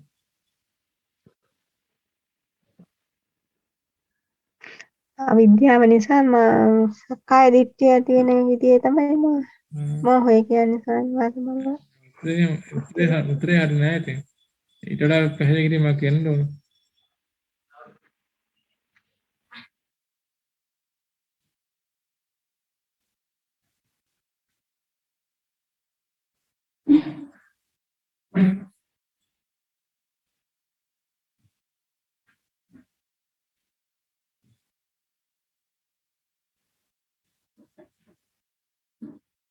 කොහොමද අවිද්‍යාව නිසා මෝහය මේ අපි පැහැදිලි කරුවේ අවිද්‍යාවයි මෝහය කියන එකද දෙකක්ද කියන්නේ. දෙකක් ස්වාමීනාස. ඔව්. එතකොට දැන් පටිච්චසමුප්පාදහම තුල කතා කරනකොට දැන් මොකද කියන්නේ අවිද්‍යාව පත්‍ය සංඛාරා. විද්‍යාව පත්‍ය සංඛාරය කියන්නේ මොකද්ද? අවිද්‍යාව නිසා මොනවද හටගන්නේ? සංස්කාර. සංස්කාර ධර්මතා. සංස්කාර ධර්මතාවෙන් අයිතිනේ මොනවද? දෙකන සංඥා සංකාර. සංස්කාර පුඤ්ඤ විසංස්කාර අපුඤ්ඤ විසංස්කාර අනජ්ජ විසංස්කාර. ඒ කියන්නේ කුසලයක් තියෙනවා අකුසලයක් තියෙනවා. කුසලයක් තියෙනවා අකුසලයක් තියෙනවා. එහෙනම් අවිද්‍යාව නිසා හටගන්න කාරණා දෙකක් තියෙනවා. මොකද එකලාට කුසලයේ හට ගන්නවා තවත් වෙලාවට මොකද හටගන්නේ? අකුසලයේ. කුසලයට ගන්නවා. ඒ නිසා විද්‍යාව කියන කාරණයෙන් පැන නගින්න පුළුවන් කාරණා දෙකම මොකද්ද? කුසලයේ හට ගන්නත් පුළුවන් අකුසලයේ හට ගන්නත් පැහැදිලිද කියපු කාරණේ? සානාස අවිද්‍යාවෙන් කොහොමද කුසලය හටගන්නේ? ඒකනේ ඉතින් තේරුම් ගන්න ඕනේ. එතකොට දැන් යම් කිසි කෙනෙක් අපි හිතමුකෝ මෙහෙම දැන් බුද්ධානුස්සති භාවනා කරනවා. මොන භාවනාවද කරන්නේ? බුද්ධානුස්සති භාවනා කරනවා. ඒතර බුද්ධානුස්සති භාවනා කරනකොට භාග්‍යවතුන් වහන්සේගේ ගුණයක් මෙනෙහි කරමින් ඉන්න අරහං ගුණය, සම්මා සම්බුද්ධ ගුණය මෙනෙහි කරනවා. ඒතර දැන් මේ බුද්ධානුස්සති භාවනා කිරීම තුල හටගන්න කුසලයක්ද අකුසලයක්ද? කුසලයක්. එතකොට දැන් මේ බුද්ධානුස්සති භාවනාව කිරීම හින්දා නැවත භවයක් සකස් වෙනවද නැද්ද? සකස් වෙනවා. සකස් වෙනවා. එක්කෝ මනස ලෝකයට යන දිව්‍ය ලෝකයට යනද කර්ම සකස් වෙනවා. බුද්ධානුස්සති භාවනා කරනකොට මේ කර්ම සකස් වෙනවා. කර්ම සකස් වෙන්නේ ඇයි ඒ? කර්ම නවතින්න ඉබයි. කර්ම වෙනවනේ කර්ම නවතින්න ඕන. කර්ම නවතින්න නැත්තේ ඇයි? විදර්ශනා. නෑ අපි අහන්නේ දැන් බුද්ධානුස්සති භාවනාව කරන යම් යෝගාවචරයේ බුද්ධානුස්සති භාවනා කරුවට මොකද වෙන්නේ? නැවත භවයකට යන්න කර්ම සකස් වෙනවා. හැබැයි සුගතිය යන්න. ඒ සුගතියට යන්න අවශ්‍ය කරන කර්ම සකස් වෙන්නේ ඇයි? අවිද්‍යාව පාදක කරන බුද්ධානුස්සති භාවනාව නිසායි. අවිද්‍යාව පාදක කරන බුද්ධානුස්සති භාවනාව සිද්ධ වෙන නිසා තමයි මේ විදිහට යන්න කර්ම සකස් වෙන්නේ. යම් කිසි කෙනෙක් දානයක් දෙනවා. දාන නිසා කොහටද යන කර්ම සකස් වෙන්නේ? සුගතියට යන කර්ම සකස් වෙනවා. එක්කෝ මනස ලෝකයට යන දිව්‍ය ලෝකයට යන කර්ම සකස් වෙනවා. ඒ කර්ම සකස් වෙන්නේ ඇයි? අවිද්‍යාව ප්‍රහීණය වෙලා නැති. විද්‍යාව පාදක කරගෙන අවිද්‍යාව පාදක කරන කුසල කර්ම සිද්ධ වෙලා තියෙන නිසායි.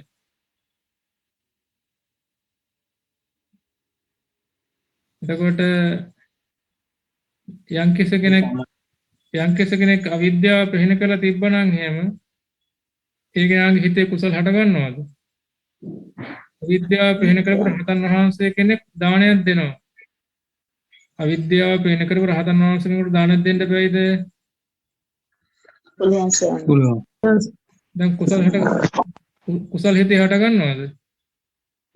නැවත භවයකට යන්න හේතුන කුසලයක් හට ගන්නවද? නෑ සර්. ඇයි හටගන්නේ නැත්තේ ඇයි? මොනවද හිතේ පිහිනලා තියෙන අවිද්‍යාව ප්‍රහීණය. අවිද්‍යාව ප්‍රහීණ වෙලා තියෙන්නේ. රහතන් වහන්සේ කෙනෙකුට බුද්ධානුස්සති භාවනා කරන්න බැයිද? පුළුවන් සර්. රහතන් වහන්සේ කෙනෙක් බුද්ධානුස්සති භාවනා කරනකොට ඒ බුද්ධානුස්සති භාවනාව නිසා නැවත භවයකට යන කර්ම සකස් වෙනවද? නෑ සර්. කර්ම සකස් වෙන්නේ නැත්තේ ඇයි? විද්‍යාව ප්‍රහීණ කළා තියෙන්නේ. අවිද්‍යාව ප්‍රහීණ වෙලා තියෙන්නේ. අවිද්‍යාව ප්‍රහීණ වෙලා තියෙනකොට මොකද වෙන්නේ? මේ කලින් කියන්නේ ඊට පස්සේ අහන්නේ. අපි කියන ඇහෙන්නේ නැහැ නේද? මයික් එක ඕෆ් කරගන්න. මයික් එක ඕෆ් කරගන්න. ඉතින් මේ වැඩසටහන ඉතින් අවසන් වෙලාව සම්බන්ධ වෙනවා නම් තමයි හොඳ අවසන් විනාඩි 5 වගේ. ඒතකොට තීරුම් ගන්න ලේසි. දැන් වැඩසටහන පටන් අරගෙන අවසන් විනාඩි 5 වගේ තමයි මේ වැඩසටහන සම්බන්ධව. එතකොට හොඳට තීරුම් ගන්න පුළුවන්කම තියෙනවා. ඉතින් ඒකින්ද මුලින්ම සම්බන්ධ වෙන්න එපා. 8 පටන් ගන්න. ඉතින් 8 සම්බන්ධ වෙන්න එපා. 9 කාලට වගේ සම්බන්ධ වෙනවා නම් හරියටම හොඳටම තීරුම් ගන්න පුළුවන්. ඒක තමයි නියම වෙලාව තීරුම් ගන්න. හැමදාම 9 කාලටම සම්බන්ධ වෙන්න. එතකොට 9:00ට අවසන් වෙනවා හොඳට තීරුම් ගන්න පුළුවන්. ඉතින් ඒක නිසා ඉතින් මේ අපි තීරුම් ගන්න ඕන දේ තමයි මේ අවිද්‍යාව නිසා දර මොහය හට ගන්න හැටි. එතකොට අවිද්‍යාව නිසා කුසලයේ හට ගන්න හැටි දැන් තීරුම් ගන්න පුළුවන් වුණාද? එහෙමයි සර්. එතකොට අවිද්‍යාව නිසා අපි තවත් ආකාරයකින් පැහැදිලි කරනවා නම් මේ යම් කිසි කෙනෙක් මොකද කරන්නේ? බුද්ධානුස්සති භාවනාව කරමින් අනිත්‍යතාවය දකිමින් ඉන්නවා. බුද්ධානුස්සති භාවනාව කරමින් ඒ බුද්ධානුස්සති භාවනාව කරන මොහොතේ ක්‍රියාත්මක වන ස්කන්ධ පහ තියෙනවනේ. ඒ තමයි අපි නාම ධර්මතාවයෙන් කියලා ගමුකෝ. නාම ධර්මතාවෙන් වේදනාව හඳුනා ගැනීම වේදනාව. එතකොට මේ මොහොතේ දැනීම හඳුනා ගැනීම වේදනාව. එතකොට අපි දැන් බුද්ධානුස්සති භාවනා කරමින් මේ විදර්ශනා භාවනා කරමින් ඉන්නවා. දැන් මේ බුද්ධානුස්සති භාවනා කරමින් විදර්ශනා භාවනා කරමින් ඉන්න කෙනාට නැවත භවගාමී වෙන කර්ම සකස් වෙනවද නැද්ද? සකස් වෙන්නේ නැහැ සර්. එතකොට සකස් වෙන්නේ නැත්තේ ඇයි? ඇලිමක් හටගන්නේ නැහැ සර්. පංචස් විදර්ශනා. අවිද්‍යාව ප්‍රහීණය වෙලා. ඒ කියන්නේ බුද්ධානුස්සති භාවනා කරන මොහොතේ අවිද්‍යාව ප්‍රහීන වෙමින් තියෙනවා. බුද්ධානුස්සති භාවනා වැඩුවට බුද්ධානුස්සති භාවනා කරන මොහොතේ අවිද්‍යාව ප්‍රහීන වෙමින් තියෙනවා. ප්‍රහීන වෙමින් තියෙනවා නම් මොකද වෙන්නේ? නැවත භවගාමී වුණ කර්ම සකස් වෙන්නේ. සකස් වෙන්නේ. යම් කෙනෙක් දානයක් දෙනවා. දානයක් දෙන්නේ කොහොමද? පූර්ණ සිහියකින් යුක්තව. පූර්ණ සිහියකින් කියලා කියන්නේ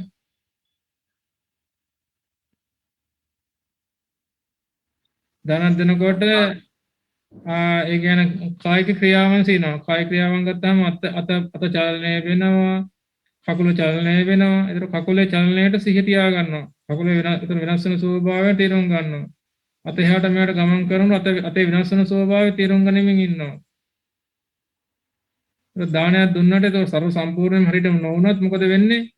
දාන දෙන මොහොතේ ගත්ත ඒ දාන දෙන මොහොතේ ඒ සමහර අවස්ථාවන් වලදී මොකද වෙන්නේ? මොකද වෙන්නේ? දාන දුන්නට සමහර අවස්ථාවන් වලදී අවිද්‍යාව වෙන වෙමින් තියෙනවා. ඒ නිසා මොකද දාන දුන්නට මොකද වෙන්නේ? දාන දෙන මොහොතේ හැම ඒ කුසල සිතක්ම භවගාමී වෙන කර්ම සකස් වීමක් වෙන්නේ නැහැ. සමහර වෙලාවට මොකද වෙන්නේ? කුසල සහ අකුසල ප්‍රහීන කරන වැඩ පිළිවෙලක ඉන්නවා. දාන දුන්නට සමහර වෙලාවලට ඉන්න මොකද? කුසල සහ අකුසල ප්‍රහීන කරන වැඩ පිළිවෙල තුළ. ඇයි අනිත්‍යතාවය දකිමින් ඉන්නවා. දාන දෙන මොහොතේ මොකද කරන්නේ? අනිත්‍යතාවය දකිමින් ඉන්නවනම් මොකද වෙන්නේ? කුසල අකුසල දෙකම වැඩෙන්නේ. කර්ම රැස් වෙන්නේ නැහැ. කර්ම රැස් වෙන්නේ. එතකොට මොකද අවිද්‍යාව පිළිනවීම ක්‍රියාදාම තුළ ඉන්නවා. ඒ නිසා ඒක තමයි තේරුම් ගන්න. ඒ නිසා එතකොට අවිද්‍යාව නිසා තමයි කුසල සහ අකුසල දෙකම හටගන්නේ. එතකොට දැන් කාරණා පැහැදිලිද? අවිද්‍යාව නිසා කුසල සහ අකුසල දෙකම හටගන්න කියන කාරණේ පැහැදිලිද? පැහැදිලි සම්. පැහැදිලි සර්. අනිත්‍යතාවය තේරුම් ගන්න තියෙනවා මොකද වෙන්නේ? අරමුණ හොඳ ප්‍රයෝජනක මිහිරි වචන සලකලා එළෙනවා. එතකොට ගැටෙනවා. එතකොට ගැටීමකටපත් වෙනවා. එතකොට මේ ඒතර ඊගවට අපි අහන ප්‍රශ්නේ තමයි මෝහය නිසා කුසල අකුසල දෙකම හට ගන්නවද? නැහැ සර්. මෝහය නිසා කුසල අකුසල දෙකම හට ගන්නෑ. මෝහය නිසා හට ගන්න අකුසලයේ පමණයි. මෝහය නිසා හට ගන්න මොකද්ද? අකුසල ඵල. අකුසලයේ පමණයි. දැන් පැහැදිලි එහෙනම් මෝහය සහ විද්‍යාව අතර වෙනස?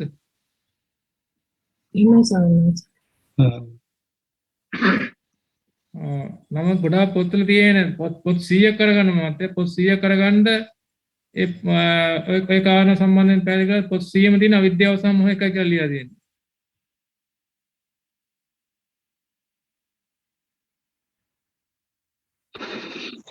ස්වාමීන් වහන්සේ උපේක්ෂාව මොහය කියලා හඳුන්වනවද? උපේක්ෂාව මොහය කියලා ගන්න. ඒක උපේක්ෂා කියන වේදනාවන්නේ. ඉතින් මේ ඒකට වේදනා චෛතසික ධාතු වෙන කාරණා තමයි උපේක්ෂාව කියලා කියන්නේ. එතකොට මේ ඒක තත්ත්වමජ්ජත්‍රා විදිහට වෙනම චෛතසික ධර්මතාවය විදිහට බෙන්නලා ඉන්නවා. ඉතින් ඒක මේ මැදය. ඉතින් මේ වෙනම චෛතසික ධර්මතාවය විදිහට ඒකට උපේක්ෂාව තියෙනවා. එතකොට එහෙමනම් මේ අපි තිරුම් ගන්න දේ තමයි මොකක්ද එහෙමනම් මේ මෝහ අවිද්‍යාව සහ මෝහය කියන එකක් නෙමෙයි. අවිද්‍යාව සහ මෝහය කියන්නේ දෙකක්. අවිද්‍යාව නිසා මෝහය හට ගන්නවා. මෝහය නිසා අවිද්‍යාව හට ගන්නවා කියලා එකක් තියෙනවද? නෑ ස්වාමීන් වහන්සේ. නෑ එහෙම කන්නේ. අවිද්‍යාව නිසා මෝහය හට ගන්නවා. මෝහය නිසා අවිද්‍යාව හට ගන්නවා කියලා කොහෙත්ම කියන්න පුළුවන් කමක් නෑ. ඒකට හේතුව මේ එයා මොකද මේ අවිද්‍යාව නිසා තමයි කුසල සිතුවිලි ඔක්කොම හට ගන්නවා. කුසල අකුසල සිතුවිලි යම්තා කාරණාවට අකුසල සිතුවිල්ලක් තමයි මෝහය කියන්නේ. අකුසල පාර්ශවයේ අකුසලයේ මෙහෙවන ප්‍රධාන අකුසල මූලයක් තමයි මෝහය කියන්නේ. එහෙනම් මෝහය ඇති කර දෙන්නේ මොකෙන්ද? අවිද්‍යාවෙන් තමයි මෝහය ඇති කරලා දෙන්නේ. මෝහයෙන් අවිද්‍යාව හට ගැනීමක් ඇති කරන්නේ නැහැ. ඒ නිසා එතකොට ඒ කාරණා තේරුම් ගන්න ඕනකම තියෙනවා. අනිත්‍යතාවයේ අපි තේරුම් ගන්න නැති නිසාම තමයි නේද? අරමුණේ අනිත්‍යතාවය තේරුම් ගන්න නැති නිසාම තමයි එක්කෝ අරමුණ හොඳ ප්‍රයෝජනක මිහිරි වශයෙන් සලකන්නේ. ඒ විදිහට මෝහයට ගන්නෙ. ඒ වගේ අනිත්‍යතාවය තේරුම් ගන්න නැති නිසාම තමයි ඒ අරමුණ එක්කෝ නරක අප්‍රයෝජනක මිහිරි වශයෙන් සලකන්නේ. තේරුණා කියපොදේ? එහෙමයි ස්වාමීන්. අනිත්‍යතාවය තේරුම් ගන්න නැති නිසා මොකද වෙන්නේ? එක්කෝ අරමුණ හොඳ ප්‍රයෝජනක මිහිරි වශයෙන් සලකනවා. එහෙම නැත්නම් මොකද වෙන්නේ? නරක අප්‍රයෝජනක මිහිරි වශයෙන් සලකනවා. ඒක අනිත්‍යතාවය තේරුම් ගන්න නැති නිසා මොකද වෙන්නේ? හොඳ ප්‍රයෝජනක මිහිරි වශයෙන් සලකලා දානයක් දෙනවා. හොඳ ප්‍රයෝජනක මිහිරි වශයෙන් සලකලා දානය දෙන්න බෑද? හොඳ ප්‍රයෝජනක මිහිරි වෙනම තැලීමක් හට ගන්නවා දානය දෙන වෙලාවට. දාන දෙන වෙලාවට මේ දාන දෙන වෙලාවට මේ ඇලීමක් හට ගන්න කුසල සිතුවිලි හට ගන්න. නමුත් අරමුණ හොඳ ප්‍රයෝජනක මිහිරි වශයෙන් සලකමින්. ඉතින් අරමුණ හොඳ ප්‍රයෝජනක මිහිරි වශයෙන් සලකීම තුළ හැමතිස්සෙම ඇලීම හට ගන්න නැහැ. සමහර වෙලාවට මොකද වෙන්නේ? කුසල සිතුවිලි හට ගන්නවා. දැන් මේ දාන දෙනකොට දැන් බෝධි පූජාව පවත්ව ගන්නකොට මල් පූජා කරනකොට ඉතින් මේ වත් පිළිවෙල කටයුතු කරන දස පුණ්‍ය ක්‍රියාවන් තියෙනකොට දස පුණ්‍ය ක්‍රියාව ඒ දස පුණ්‍ය ක්‍රියාවන් කරන වෙලාවට ඒ අරමුණ හොඳ වශයෙන් ගන්නවා, පීනක වශයෙන් ගන්නවා, මිහිරි වශයෙන් සලකමින් ඉන්නවා. එතකොට ඒ අරමුණ තුළ එතකොට නමුත් මේ මොහොතේ හොඳ වශයෙන් ගත්තට ඒ මොහොතේ මොකද වෙන්නේ? පුණ්‍ය ක්‍රියාව තුළ නිසා ඒ පුණ්‍ය ක්‍රියාව තුළ නිසා මොකද එළියමක් හටගන්නේ නැහැ.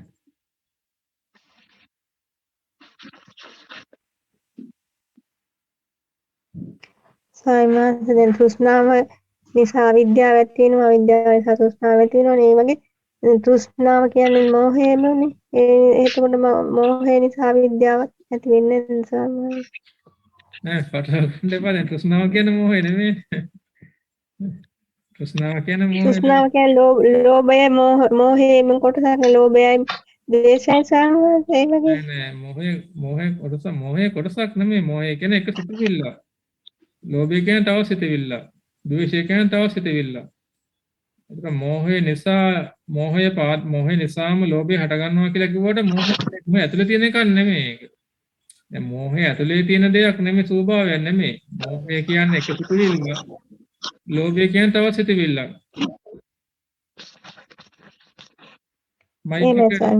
මයික් එක ඔෆ් කරගන්න.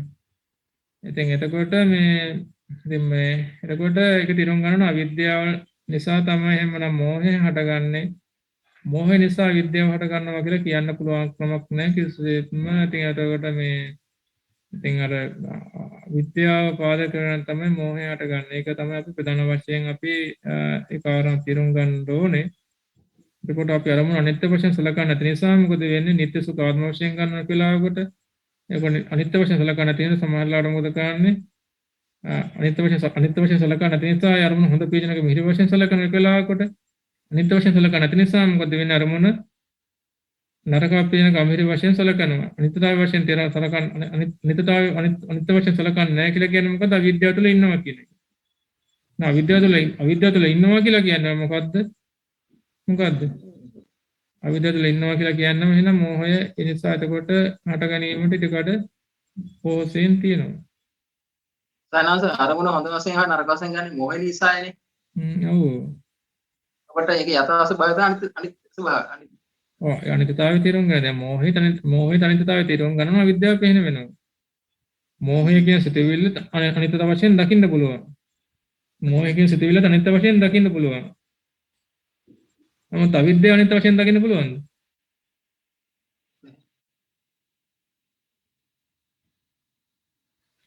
නෑ ස්වාමීන් වහන්සේ. මෝහය කියන සිතවිල්ල අනිත්‍ය වශයෙන් දකින්න පුළුවන්. ඒක සිතවිල්ලක්. අකුසල මූලයක්. එතකොට දැන් ඔය අවිද්‍යාව සහ මෝහය එකයි කියලා කියන සනස් දැන් අහලා බලන්න ඕක මේ කොහොමද එහෙම වෙන්නේ කියලා. උත්තර දී ගන්න බැරි වෙනවා. ඒ කියන්නේ මොකද අනවබෝධ නිසා ඒ කාරණා පැහැදිලි කරන්නේ. එතකොට මේ මෝහය අනිත්‍ය වශයෙන් සලකන්න පුළුවන්. ඒක අකුසල් සිතවිල්ලක් අනිත්‍ය වශයෙන් දකින්න පුළුවන්. නමුත් අවිද්‍යාව අනිත්‍ය වශයෙන් දකින්න පුළුවන්ද? පුළුවන්කම නැහැ. මොකද අනිත්‍යතාවය දකින්නකොට තමයි මේ අවිද්‍යාව මෙහෙම වෙන්නේ. අනිත්‍යතාවය දකින්න නැත්නම් අවිද්‍යාව තුළ ඉන්නේ. ඒ අවිද්‍යාව අනිත්‍ය වශයෙන් දකින්න පුළුවන් කමක් නැහැ.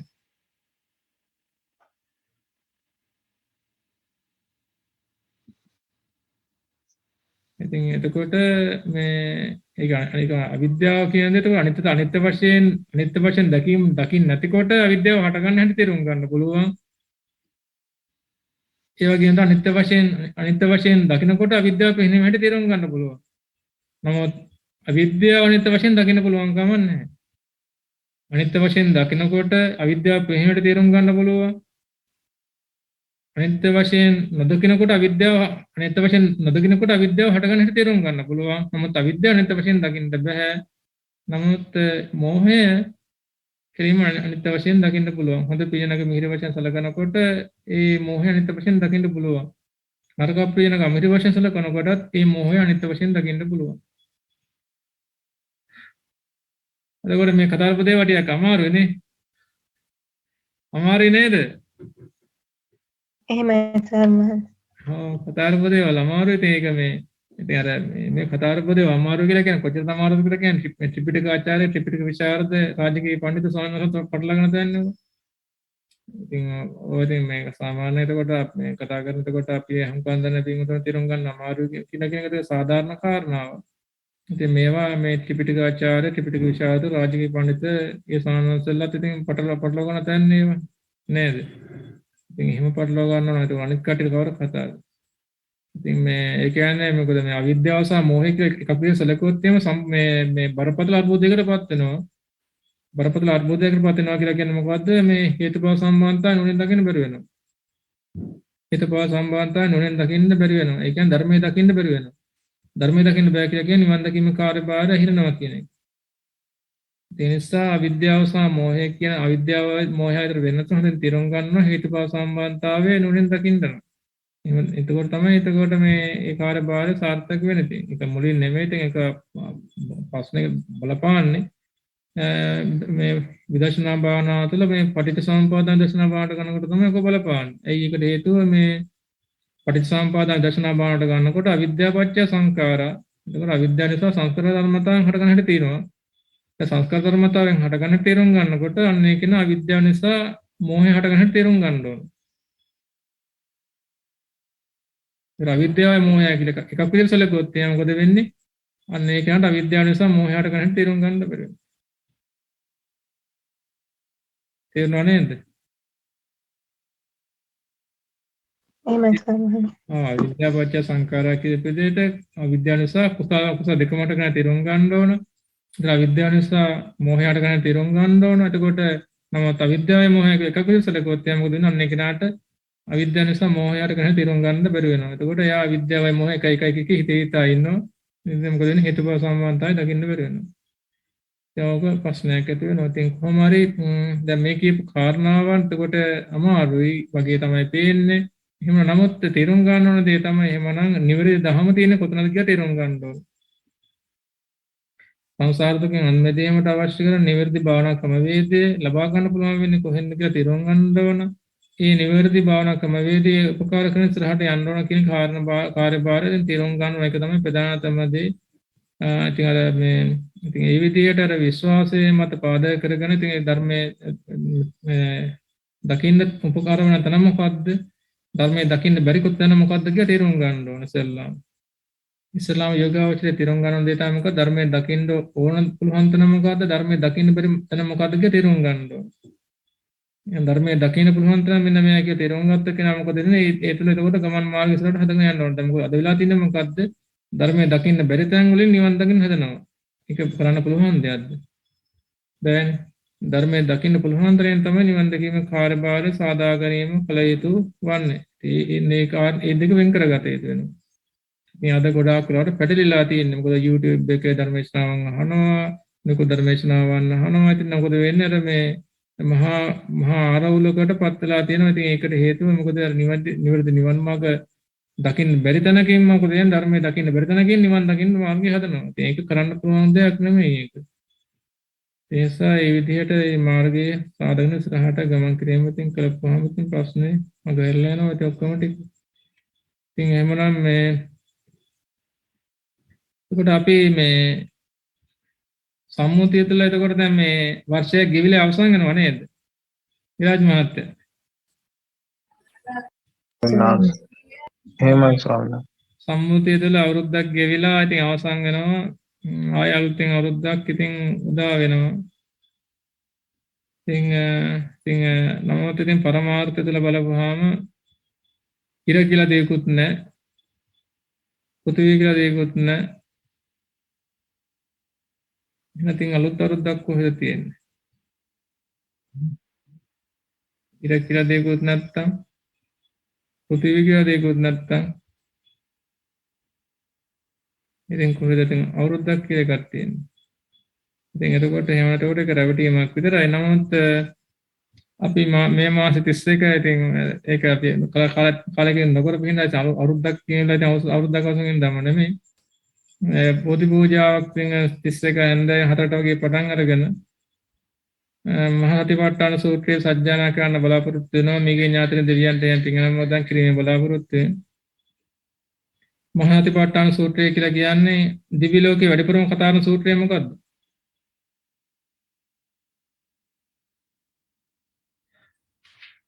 දිවි ලෝකේ මේ දෙවිවරු එකහ වෙලා සාකච්ඡාවක් පවත්වනවා නේද?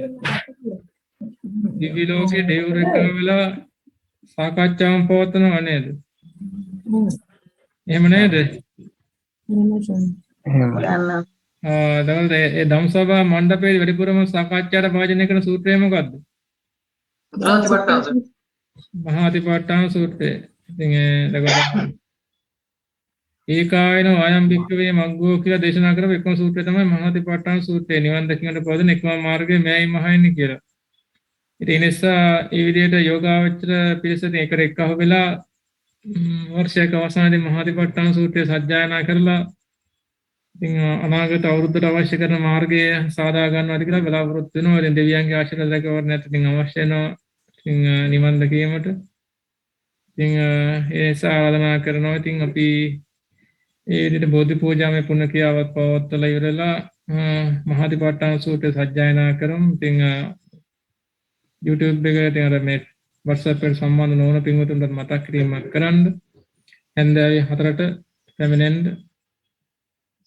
පැමිණෙලා ඊට පස්සේ අපි ඒ බුදු පූජා පුණ්‍ය ක්‍රියා කරලා සතිපට්ඨාන සූත්‍රය අපි හැමෝටම මේ සජ්ජායනා කරන්න print out ටික එක ලබා දෙන්න පුළුවන්කම තියෙනවා. මහත් එක බාරගත්ත එක ලබා දෙන්නම් කියලා.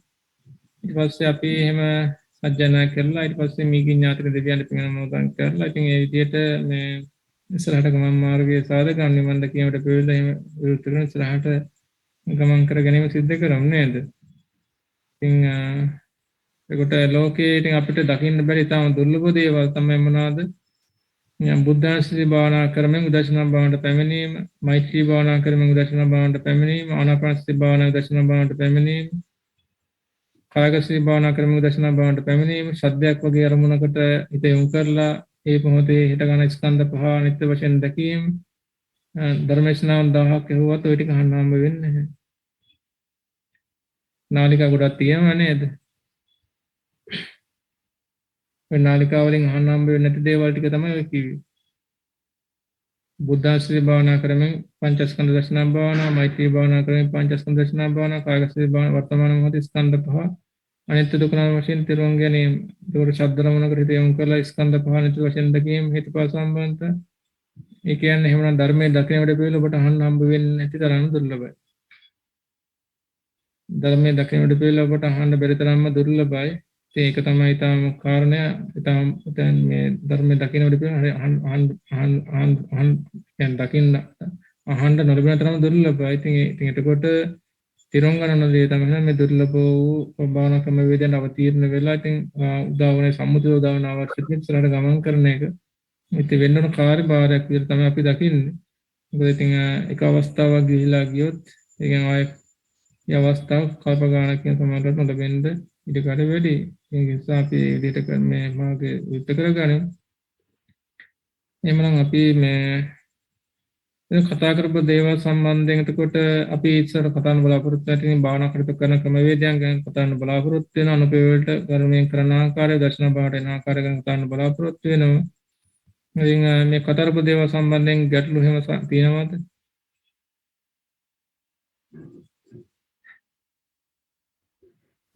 විරාජ් මහත්මයා වහන්සේ දැන් පුණ්‍යාභි සංස්කාර අපුණ්‍යාභි සංස්කාර විස්තර ස්වාමීන් වහන්සේ කිව්වේ ටික නැවත දැන් දේශනා කරන්න පුළුවන්ද ස්වාමීන් වහන්සේ? ඔව් පුණ්‍ය සංස්කාර කියලා කියන්නේ පින්. අපුණ්‍යාව කියලා කියන්නේ අකුසල තියෙන. පිනපව කියන්නේ දකින්න දන්නව නේද ඉතින්? එහෙමයි. දස අකුසල තියෙනවා දස කුසල තියෙනව නේද? එතකොට පින් කටයුතු ඉතින් අකුසල අපුණ්‍යාව කියලා කියන්නේ ඉතින් ආනෙජ්ජාව කියලා කියන්නේ මේ අරූප වශයෙන් ධ්‍යාන හතර. ඉතින් මේ එතකොට ඒ සෑම දෙයක් මෙහෙවන අවිද්‍යාවෙන් තමයි මෙහෙවන්නේ. එතකොට ඔය කියන කාරණාට අනුපිළිවෙලට තමයි භාවනාවට එන්න ඕන. අනුපිළිවෙලට කරගෙන යනකොට තේරුම් ගන්න පුළුවන් වෙන දේවල් එකපාරට තේරුම් ගන්න බැහැ. අනුපිළිවෙලට කරගෙන යා යුතු වෙනවා.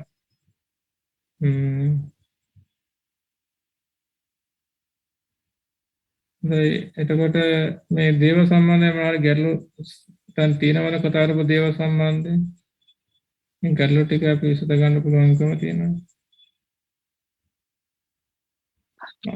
අපි සම්මාදිට සූත්‍රය අනුසාරයෙන් අපි පටිසම්පාදාම ගැන පැහැදිලි කරලා පෙරතුරුන් වහන්සේ හොඳ දේශනාව අපි කතරණ කියලා බලාගෙන හිටියේ. ඉතින් එනකොට ඉතින් අද ඉතින් ඒ කාරණාවට අපි වෙන කාරණාවක් පැහැදිලි කරන්න ගිය නිසා එතකොට පැහැදිලි කරන්න බැරුව ගියා. අපි ඊගාවට එහෙම පැහැදිලි කරන්න බලාපොරොත්තු වෙනවා. ඉතින් මම ප්‍රශ්න තියෙනවා නම් අහන්න.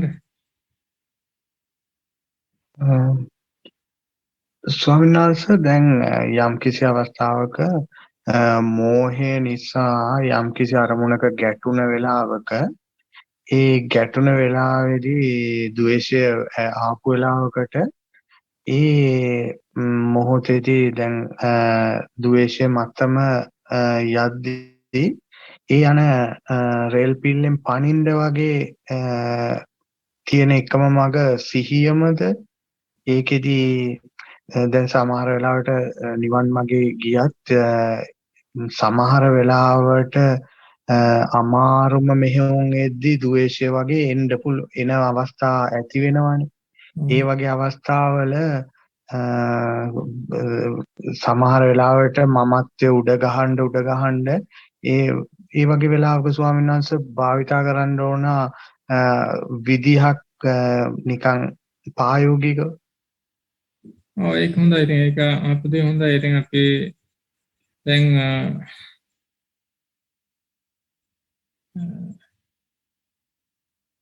මෙහෙම දෙයක් තියෙනවා. දැන් සාමාන්‍යයෙන් මේ දැන් අපි හිතන්කෝ දැන් ක්‍රිකට් මැච් එකකට යන්න දෙනවා කියලා. එහෙම. ඒ කියන්නේ අපි හොඳ සෙල්ලම් කරන්න හොඳ මේ හොඳ මැච් එකකට යන්න තියෙනවා ඉස්සරහට. ඊට පස්සේ මොකද කරන්නේ එකපාරටම මේ අර ලොකු මැච් එකට මුහුණ පානවද ගිහිල්ලා. ප්‍රැක්ටිස්ම කරනවා ඉතින්. මොකද කරන්නේ මේ අපි ප්‍රැක්ටිස් කරනවා ඊට පස්සේ කවුරු හරි බෝල් එවනවා හිමින්ට බෝල් එවනවා ඊට පස්සේ ඒකෙන් බෝල් එවනවා හොඳට මේ පුහුණු වෙලා ඉතින් හොඳට පුහුණු වෙච්ච කෙනෙක් තමයි එකපාරටම මොකද ගන්න අර එකපාරටම යන්නේ නැහැ. දැන් අපි හිතමුකෝ හොඳ වේගවත්ම බෝල් යවන මේ කෙනෙක් ඉන්නවා ලෝකේ. ඊට පස්සේ මේක අතර මේ වේග පන්දු වලට එහෙම මුණ පාලා නැහැ. ඉතින් ක්‍රිකට් කීඩා දැන් බැට් එකවත් හසුරවන්න බෑ. ඉතින් මේ නමුත් දැන් ඒක නව යවනවා කෙලින්ම මේ අම්බ ඵලයන් ගිහිලා මැච් එක සෙල්ලම් කරපන් කියලා යවනවා. මොකද වෙන්නේ ගිය ගම?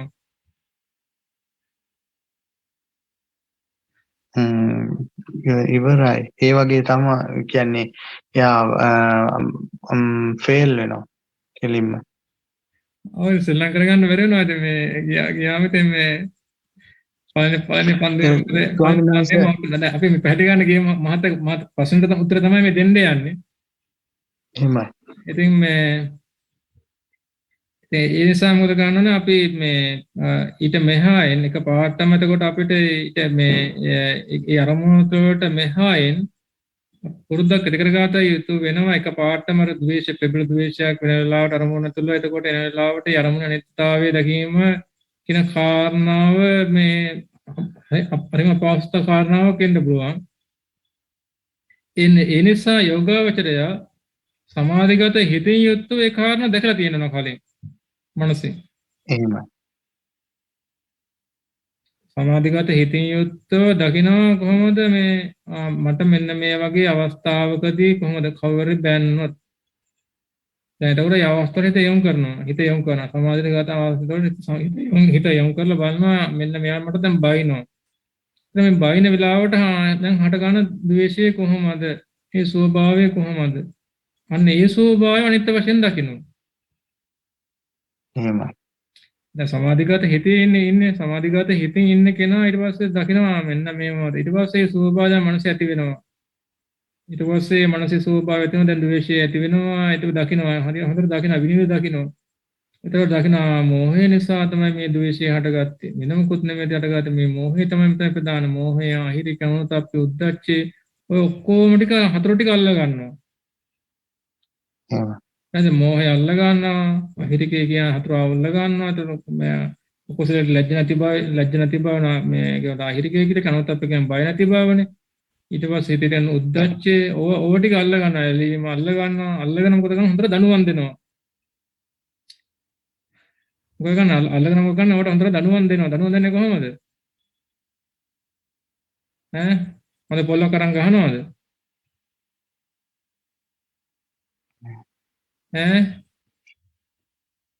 හොඳ පොල්ලක් අරන් ගහනවද? නෑ. දනුවම් දෙනවා කියලා කියේ මොකද්ද? දනුවම් දෙනවා කියලා කිව්වේ ඒ වගේ අනිත්‍යතාවයේ දකිමින් ඉන්නවා. දකිමින් ඉන්නකොට මම හොඳට දැන් අඩුවන් විදලා දැන් හොඳට දැන් හොඳට මේ පුරුදු වෙලා තියෙනවානේ. දැන් ඒ පුරුදු වෙලා තියෙන කෙනා මොකද කරන්නේ? අන්න අර හොඳට දැන් ශ්‍රී ලංකාවේ තියෙන හොඳ ක්‍රීඩකෙක් හොඳට ශ්‍රී ලංකාවේ තියෙනවා.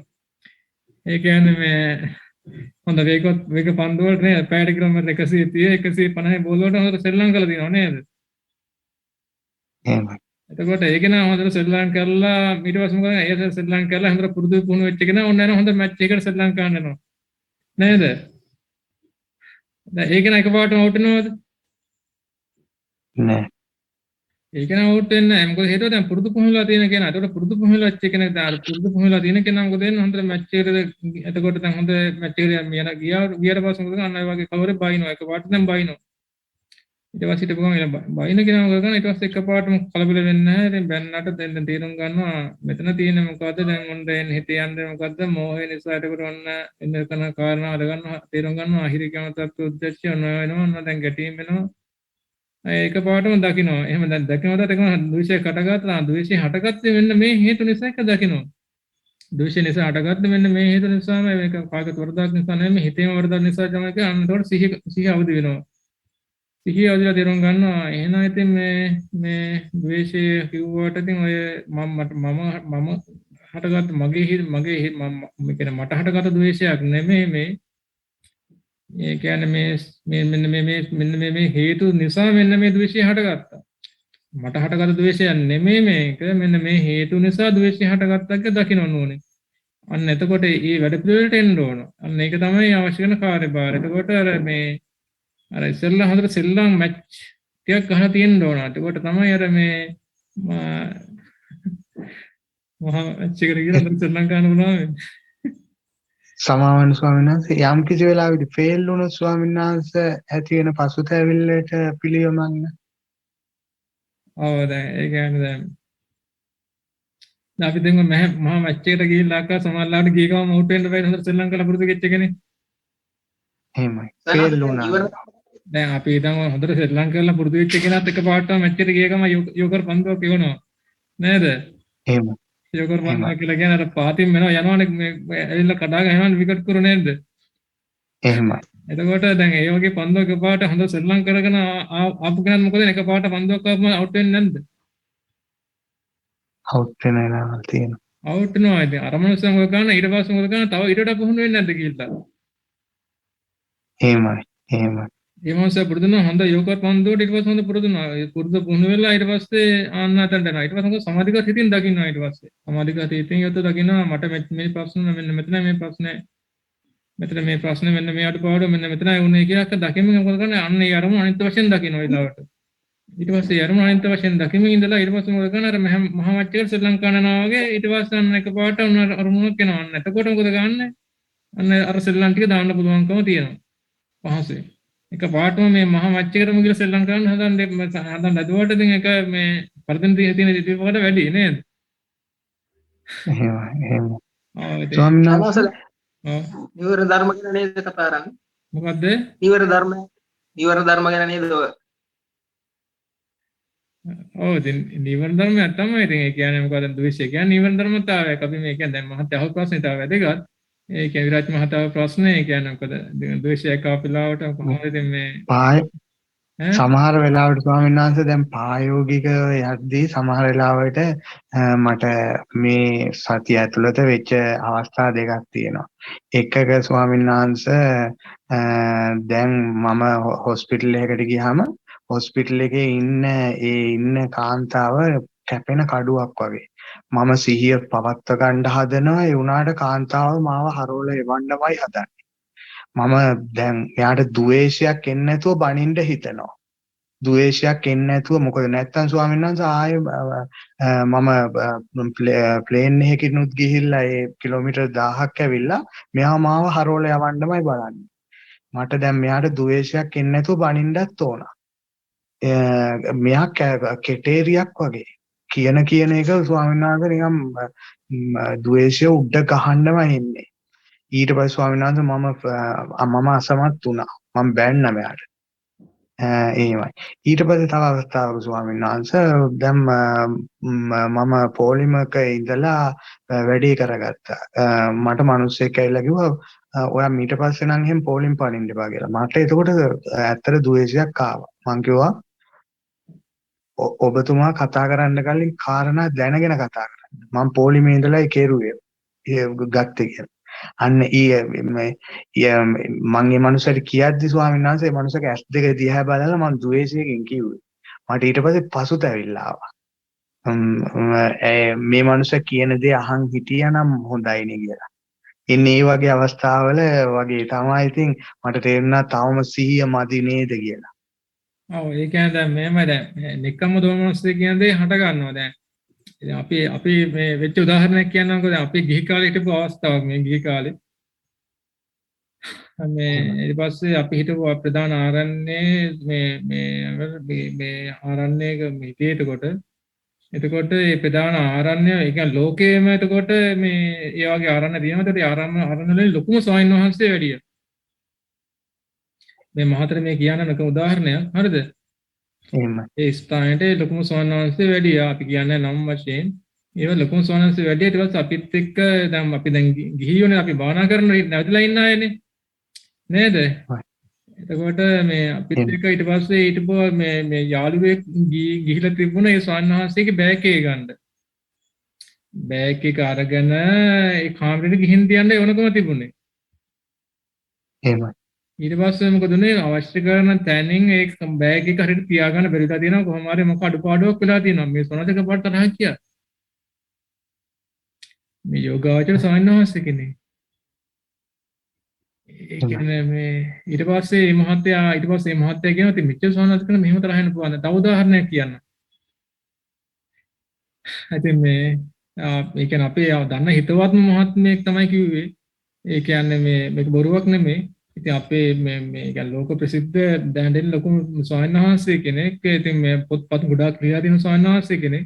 ඒතර මේ ස්වාමීන් වහන්සේ මේ කොහොම හරි මේ වයසක අවස්ථාවේදී ස්පේන් නැති මට්ටමකට ඇවිල්ලා එහි කාචයක් දාන්නලා තියෙනවා. එහි කාචයක් දාන්න වුණ අවස්ථාවකදී මේ දැන් එහි කාච දාන්නේ මහත සම්පූර්ණ වීදම් කරලා ඔක්කොම කාච දාලා තියෙනවා. කාච දාලා ළඟටත් වෙලා හිටියා. ළඟට වෙලා ඉන්නකොට මේ ස්වාමීන් වහන්සේට ඇහැ කහඬ වුණාවක් ඇතිලා තියෙනවා. ඇහැ කහඬ වුණාවට නෑ කාච දැම්මට පස්සේ මහත්තයා ඇහැ කහඬ දෙන්නේ නෑනේ. හොඳ නෑනේ. එහෙමයි. එතකොට මේ ස්වාමීන් වහන්සේ ඇහැ කහඬ දෙනකොට මේ අර මහත්තයා ළඟ හිටපු මහත්තයා අත අල්ලගෙන මේ ස්වාමීන් වහන්සේ නරකද කරුවේ හොඳද කරුවේ? හොඳක් කෙරුවේ. හොඳක් කරුවේ මේ ස්වාමීන් වහන්සේ තරහ වෙලා. තරහ අපුලා ඊට පස්සේ කිව්වලු ස්වාමීන් වහන්සේ මහතර කිව්වලු මහත්තයා මම අද වෙනකන් හිතේ මට තරහ මගේ හිතේ තරහ නැහැ කියලා කිව්වේ. මේ මොහොතේනකම මේ තරහ නැහැ කියලා තමයි හිතුවේ කියලා කිව්වා. නේද? ඉතින් ඔක තමයි ඇත්ත ස්වභාවය. ඉතින් අර මේ ඒ කියන්නේ ද්වේෂය කියන දේ ඒ කියන්නේ එක ක්ෂණයකින් මේ මතුවලා එනවා. ඉතින් ඒ කාරණාව අපි කරනවා ප්‍රැක්ටිස් මැච් එක ගහලා ඊට පස්සේ ඒ වගේ අවස්ථාවක් ආපෙලාවට අපි ඒ සිහිය පවත්වාගෙන ඒ වෙලාවේ සංස්කාර ධර්ම තනිතතාවයෙන් දකින්න උත්සාහ කරලා ඉතින් කොහොම හරි ඉතින් මේ අනාගාමී බවටපත් වෙමු මහත්තයා. එහෙමයි. සමහර අවස්ථාවල ස්වාමීන් වහන්සේ ද්වේෂයෙන් තොරව බණින්නත් පුළුවන් නේද? දැන් ද්වේෂයෙන් තොරව බයින්නවා කියන දේ එතකොට දැන් මෙහෙමයි තරමේ. දැන් භාග්‍යවතුන් වහන්සේ දැන් පොඩ්ඩ ස්වාමීන් වහන්සේනකොට පොඩ්ඩ ස්වාමීන් වහන්සේට කිව්වා තුච්ච පොඩ්ඩල කියලා නේද? එහෙමයි. තුච්ච පොඩ්ඩල එනවා කියලා කිව්වා. ඉතින් මේ එතකොට දැන් භාග්‍යවතුන් වහන්සේගේ හිතේ තරහක් තිබ්බද? නෑ. තරහක් තිබුණේ නැහැ. දැන් හිස් පුජ්‍යලයා කියන වචනේ ආමන්ත්‍රණය කෙරුවා. එතකොට දැන් මේ පිළින්ද වච්චේ මහරහතන් වහන්සේ මොකද කරේ? වසලේ කියලා කිව්ව නොකන්ටම නේද? එහෙමයි. වසලේ කියලා හම්බෙන ඔක්කොන්ටම වසලේ කිව්වා. තරහෙන්ද කිව්වේ? නෑ තරහෙන් නෙමෙයි කිව්වේ. එතකොට දැන් මේ කියන්නේ අපි ඒ කියන්නේ යම්කිසි කාරණාවක් පෙන්වා දෙනකොට ඒක අපි ඒ කියන්නේ මේ වචන කතා කරනවා සමතන් තරහෙන් නෙමෙයි. නම තව කෙනෙක් ඒක අහලා මොකද කරන්නේ තරහෙන් බැන්න කියලා හිතන්න පුළුවන්. ස්වාමීන් වහන්සේ තවත් දෙයක් ස්වාමීන් වහන්සේ දැන් අපි සාධාරණ වුණත් සමහර වෙලාවට පසුබහින එක දැන් අපිට තේරෙනවා දැන් අපි සාධාරණයි කියලා. ඒ වුණාට සමහර වෙලාවට දැන් මේ සාධාරණත්වය කියනවද නැත්නම් නිහඬව ඉන්න එකද බුද්ධ වචනයට අනුව හොඳ? ඔව් දැන් මෙහෙම දැන් සාධාරණත්වයේ කිව්වහම දැන් අපි ඒ කියන්නේ සමහර වෙලාවල් තියෙනවා කතා කරන වෙලාව තියෙනවා සමහර වෙලාවල් තියෙනවා කතා නොකර ඉන්න වෙලාව. දැන් සාධාරණය කියන අපි කතා කරන්න ගිහිල්ලා ඊට පස්සේ අපිට ලොකු අවඩක් සිද්ධ වෙනවා නම් මේ කියන්නේ අපි තුන්කෝ දැන් අපි තුන්කෝ ආයතනයක වැඩ කරනවා කියලා. ආයතනයක වැඩ කරනවා. එතකොට ආයතනයේ වැඩ කරනකොට අපි මේ සාධාරණත්වය ගැන අපි පැමිණිලි කරනවා. පැමිණිලි කරන්න ගිය මිනිස්සයා දන්නවනම් අන්තිමට මේ මාවම තමයි මේකෙන් කැපෙන්නේ කියලා දන්නවනේ. අනිත් අය ඔක්කොම අසාධාරණ තුල ඉන්නවා කියලා නේද? එහෙම. ඒ වෙලාවට කතරන්න යන්න හොඳ නැහැ. එහෙමයි. කතරන්න යන්න හොඳ නැහැ. මොකද ගන්න ඕනේ අර මේ තමන්ගෙන් වෙන උපරිම සාධාරණ ඉෂ්ට කරගැනීමෙන් සාධාරණ ඉෂ්ට කරගෙන අන්‍යයන් සාධාරණ ඉෂ්ට කරගෙන තමන් ඒ අන්‍යයන් ගොඩට නොවැටි ඒ කියන්නේ අන්‍යයන් හිතේ ද්වේෂය තිබ්බට හිතේ තමන් ඒ ද්වේෂයට යන්නේ නැතු අන්‍යයන් හිතේ ඇලීම තිබ්බට ඇලීමට යන්නේ නැතු ඉතින් ඒකෙන් බේරිලා පුළුවන් විදිහට තමන්ගේ ගුණධර්මය ආරක්ෂා කරගෙන ඉන්න එක තමයි හොඳම දේ. සමහර වෙලාවල් තියෙනවා සාධාරණත්වය ගැන කතා කරන්න ඕන වෙලාව. ඒ කියන්නේ අපි යම් කිසි ලාවට අපි සාධාරණත් එක්කන කතා කරපුවාම මොකද වෙන්නේ? තවත් කෙනෙක් ඒතකොට ඇස් පෑදිලා ඒ දෙයට යොමු වෙලා මොකද වෙන්නේ? අපිට ඒ කරන කර්තව්‍ය හැට කරගන්න පුළුවන්කම තියෙනවා නේද? ඉතින් තවත් අයට ලොකු යහපතක් ඉහහර ඉෂ්ට ගන්න පුළුවන්කම තියෙනවා නම් ඒ වගේම Tamanට හානියක් වුණත් එතකොට මේ තවත් අයට ඒක ලොකු යහපතක් වෙනවා. Tamanට ඒක ලොකු පාඩුවක් වෙන්න පුළුවන්. නමුත් තවත් කෙනෙකුට ලොකු යහපතක් වෙනවා නම් අපි තුන්ව ආයතනයේ තුල යම්කිසි අසාධාරණයක් කතා කරලා මේ අපි තුන්ව වැටුප් විශ්වපතාවක් තියෙනවා කියලා නේද? වැටුප් විශ්වපතාවක් තියෙනවා. එතකොට ඒක වැටුප් ටික හරියට ලැබෙන්න ඕන. එතකොට මේ වැඩ කරන කටියට හරියට පඩිය හම්බ වෙන්නේ. නමුත් කතා කරනවා අසාධාරණයක් කතා කරලා ඊට පස්සේ ඒ කියන්නේ කතා කරන්නේ මහත්ය රැකියාව අයින් වෙනවත්. ඒ කියන්නේ මහත්ය රැකියාව අනිවාර්යයෙන්ම අයින් කරනවා කියලා දන්නවා මේක. අයින් වුණත් අනිත් අයට ඇස් පැදලා පසුව හරිය අනිත් අයට යහපතක් වෙනවා කියලා දකින්නම නම් ඒතර යා කතරට ප්‍රශ්නයක් නැහැ. නේද? එහෙම නේද? Tamanට පාඩුවක් වුණත් අනිත් අයට යහපතක් හැල්සලා තියෙනවනේ. එහෙමයි. ඉතින් ඉතින් අන්‍යයන්ගේ යහපත සලකලා ඉතින් මේ විදිහට කතා කරලා ප්‍රශ්නයක් නැහැ. ඒකින්ද එතකොට ඒක අපි ඒක අවස්ථාව තේරුම් ගන්න ඕන. සමහර වෙලාවදී කතා කරන්න ඕන වෙලාව නැති වෙලාව. ඉතින් අරට අවස්ථාව බලලා තමයි ඉතින් කතා කරන්න ඕනේ නේද? අවසාන මේක ස්වාමීන් වහන්සේ යම් කිසි වෙලාවක තමුන්ගේ අටසිල් බිඳුනොත් පරුසා වචන ආවොත් ඒකෙදි ඉක්මනින් ආය ආරෂ්ඨාංගේ මාර්ගයට වැටෙන්න. ඔව් දැන් ඒක ඒ කියන්නේ අපි යම් කිසි ආකාරයෙන් අපි ශිෂ්‍යාපද කරුණා කියලා කියන්නේ ඒක මේ කියන්නේ ආපහු ආරක්ෂා ගන්න පුළුවන්. ආය සමාදන් වුණාම මේ ප්‍රශ්නේ නැහැ ඉතින්. ඒ අවස්ථාවේදී ශිෂ්‍යාපදේ කරනවා. ඉතින් ඒක දුක් වෙන්නේ නැතුව නැවත ශිෂ්‍යාපදේ ආරක්ෂා කරනවා කියන තැනට ආවට පස්සේ ඒ ගැටලුවක් විතර කරගෙන යන්න පුළුවන්කම තියෙනවා. නේද? ඔව් දැන් අර උදරේ පිම්බීම හැකිරීම භාවන සම්බන්ධයෙන් අපි උදාහරණයක් ෆෝන් එකෙන් කතා කරමු මාත් අපිට මෙදාස්ටි කරන්න බැරුව ගියා. ඊට පස්සේ ඒක සම්බන්ධව ටික ඒ වගේම මෛත්‍රී භාවන ටිකට අපි කතා කරලා ඒක කරගෙන යමු. දැන් තවදුරටත් අපි මේ එතකොට අපි වැඩසටහන එතකොට එහෙම සමාප්ත කරන දැන් කාල වේලාව ගිහිලා තියෙන නිසා මේ අපි ලබන පාර එතකොට අනික තමයි දැන් ද්වේෂය කියන ස්වභාවය යටපත් කරන තියෙන හොඳම බාන තමයි මෛත්‍රී භාවනාව. ඉතින් ද්වේෂය නෙවෙලාවට මෛත්‍රී භාවනාව කරන්න පුළුවන්කම තියෙනවා නම් ඉතින් එතකොට මේ අපිට යටපත් කරන්න තියෙන හොඳ ප්‍රබල ආයුධයක් බවට පත් වෙන අනිත්‍යතාවය දැකීමට අමතරව. ඉතින් ඒ කියන්නේ අපිට මේ අහපල්සාසයෙන් එතකොට එතකොට අපි යහ මෛත්‍රී කරන්න පුළුවන්කම තියෙනවා නම් මොකද වෙන්නේ? මත ලොකු යහපතක් උදා කරගන්න පුළුවන්කම තියෙනවා. අනිත්‍යතාවය දැකීමට අමතරව ඒකත් අපි තේරුම් ගන්න ඕන. ඇලීම දෛනික ජීවිතයෙන් ගත කරනකොට ඇලීමක් අපිට කායගත ශ්‍රී භාවනාව දසසුබනවශ්‍යති භාවනාවට එන්න ඕන. ඒ වගේම කම්මැලිකමක් කරන මරණාසති භාවනාවට එන්න ඕන. ඉතින් ඒකට ඒ වගේ කොට අපි ඒ කියන්නේ දෛනික ජීවිතයෙන් ගත කරනකොටම තමයි මේ දේවල් කරන්න ඕනකම තියෙන. ඇලීමක් දසසුබනවශ්‍යති කායගත ශ්‍රී භාවනාවට එන්න ඕන පුළුවන්කම තියෙනවනේ. එතකොට ගැටීමක් ආව මෛත්‍රී භාවනාවට එන්න පුළුවන්කම තියෙනවනම් එතකොට කම්මැලිකමට මරණාසති භාවනාවට එන්න පුළුවන්කම තියෙනවනම් සැකයක් ආවම බුද්ධාසති භාවනාවට මේ භාවනා කරන අතරදී වගේම දෛනික ජීවිතයන් ගත කරනකොට ඒ ටික පුරුදු වෙන්න ඕන. එතකොට තමයි අර මේ හතරංගේ බලය හොඳට කඩාගෙන ඉස්සරහට යන්න එතකොට උපකාරයක් ලැබෙන්නේ. මේ දර්ශනා භාවනාවට අමතරව අර කියපු දේවල් තුනේ ශක්තිමත් භාවයක් ඇති කර ගන්න ඕනේ. ශක්තිමත් භාවයම තමයි ඉස්සරහට විදර්ශනා භාවනාව තුළින් ලොකු ගැම්මකින් ඉස්සරහට යන්න මාර්ගය පාදලා දෙන්නේ. ඒ නිසා මේ ද්වේෂය එතකොට අපි එකපාරක් පරද වෙන්න පුළුවන්, දෙපාරක් අපරාධ වෙන්න පුළුවන්. ඉතින් මේ සියවරක් පරාද වෙලා හරි ඉතින් එතකොට මරණසන්න මොහොතේ ලබන ජයග්‍රහණය ලබා ගන්න එතකොට කටයුතු කරන්න ඕන නේද?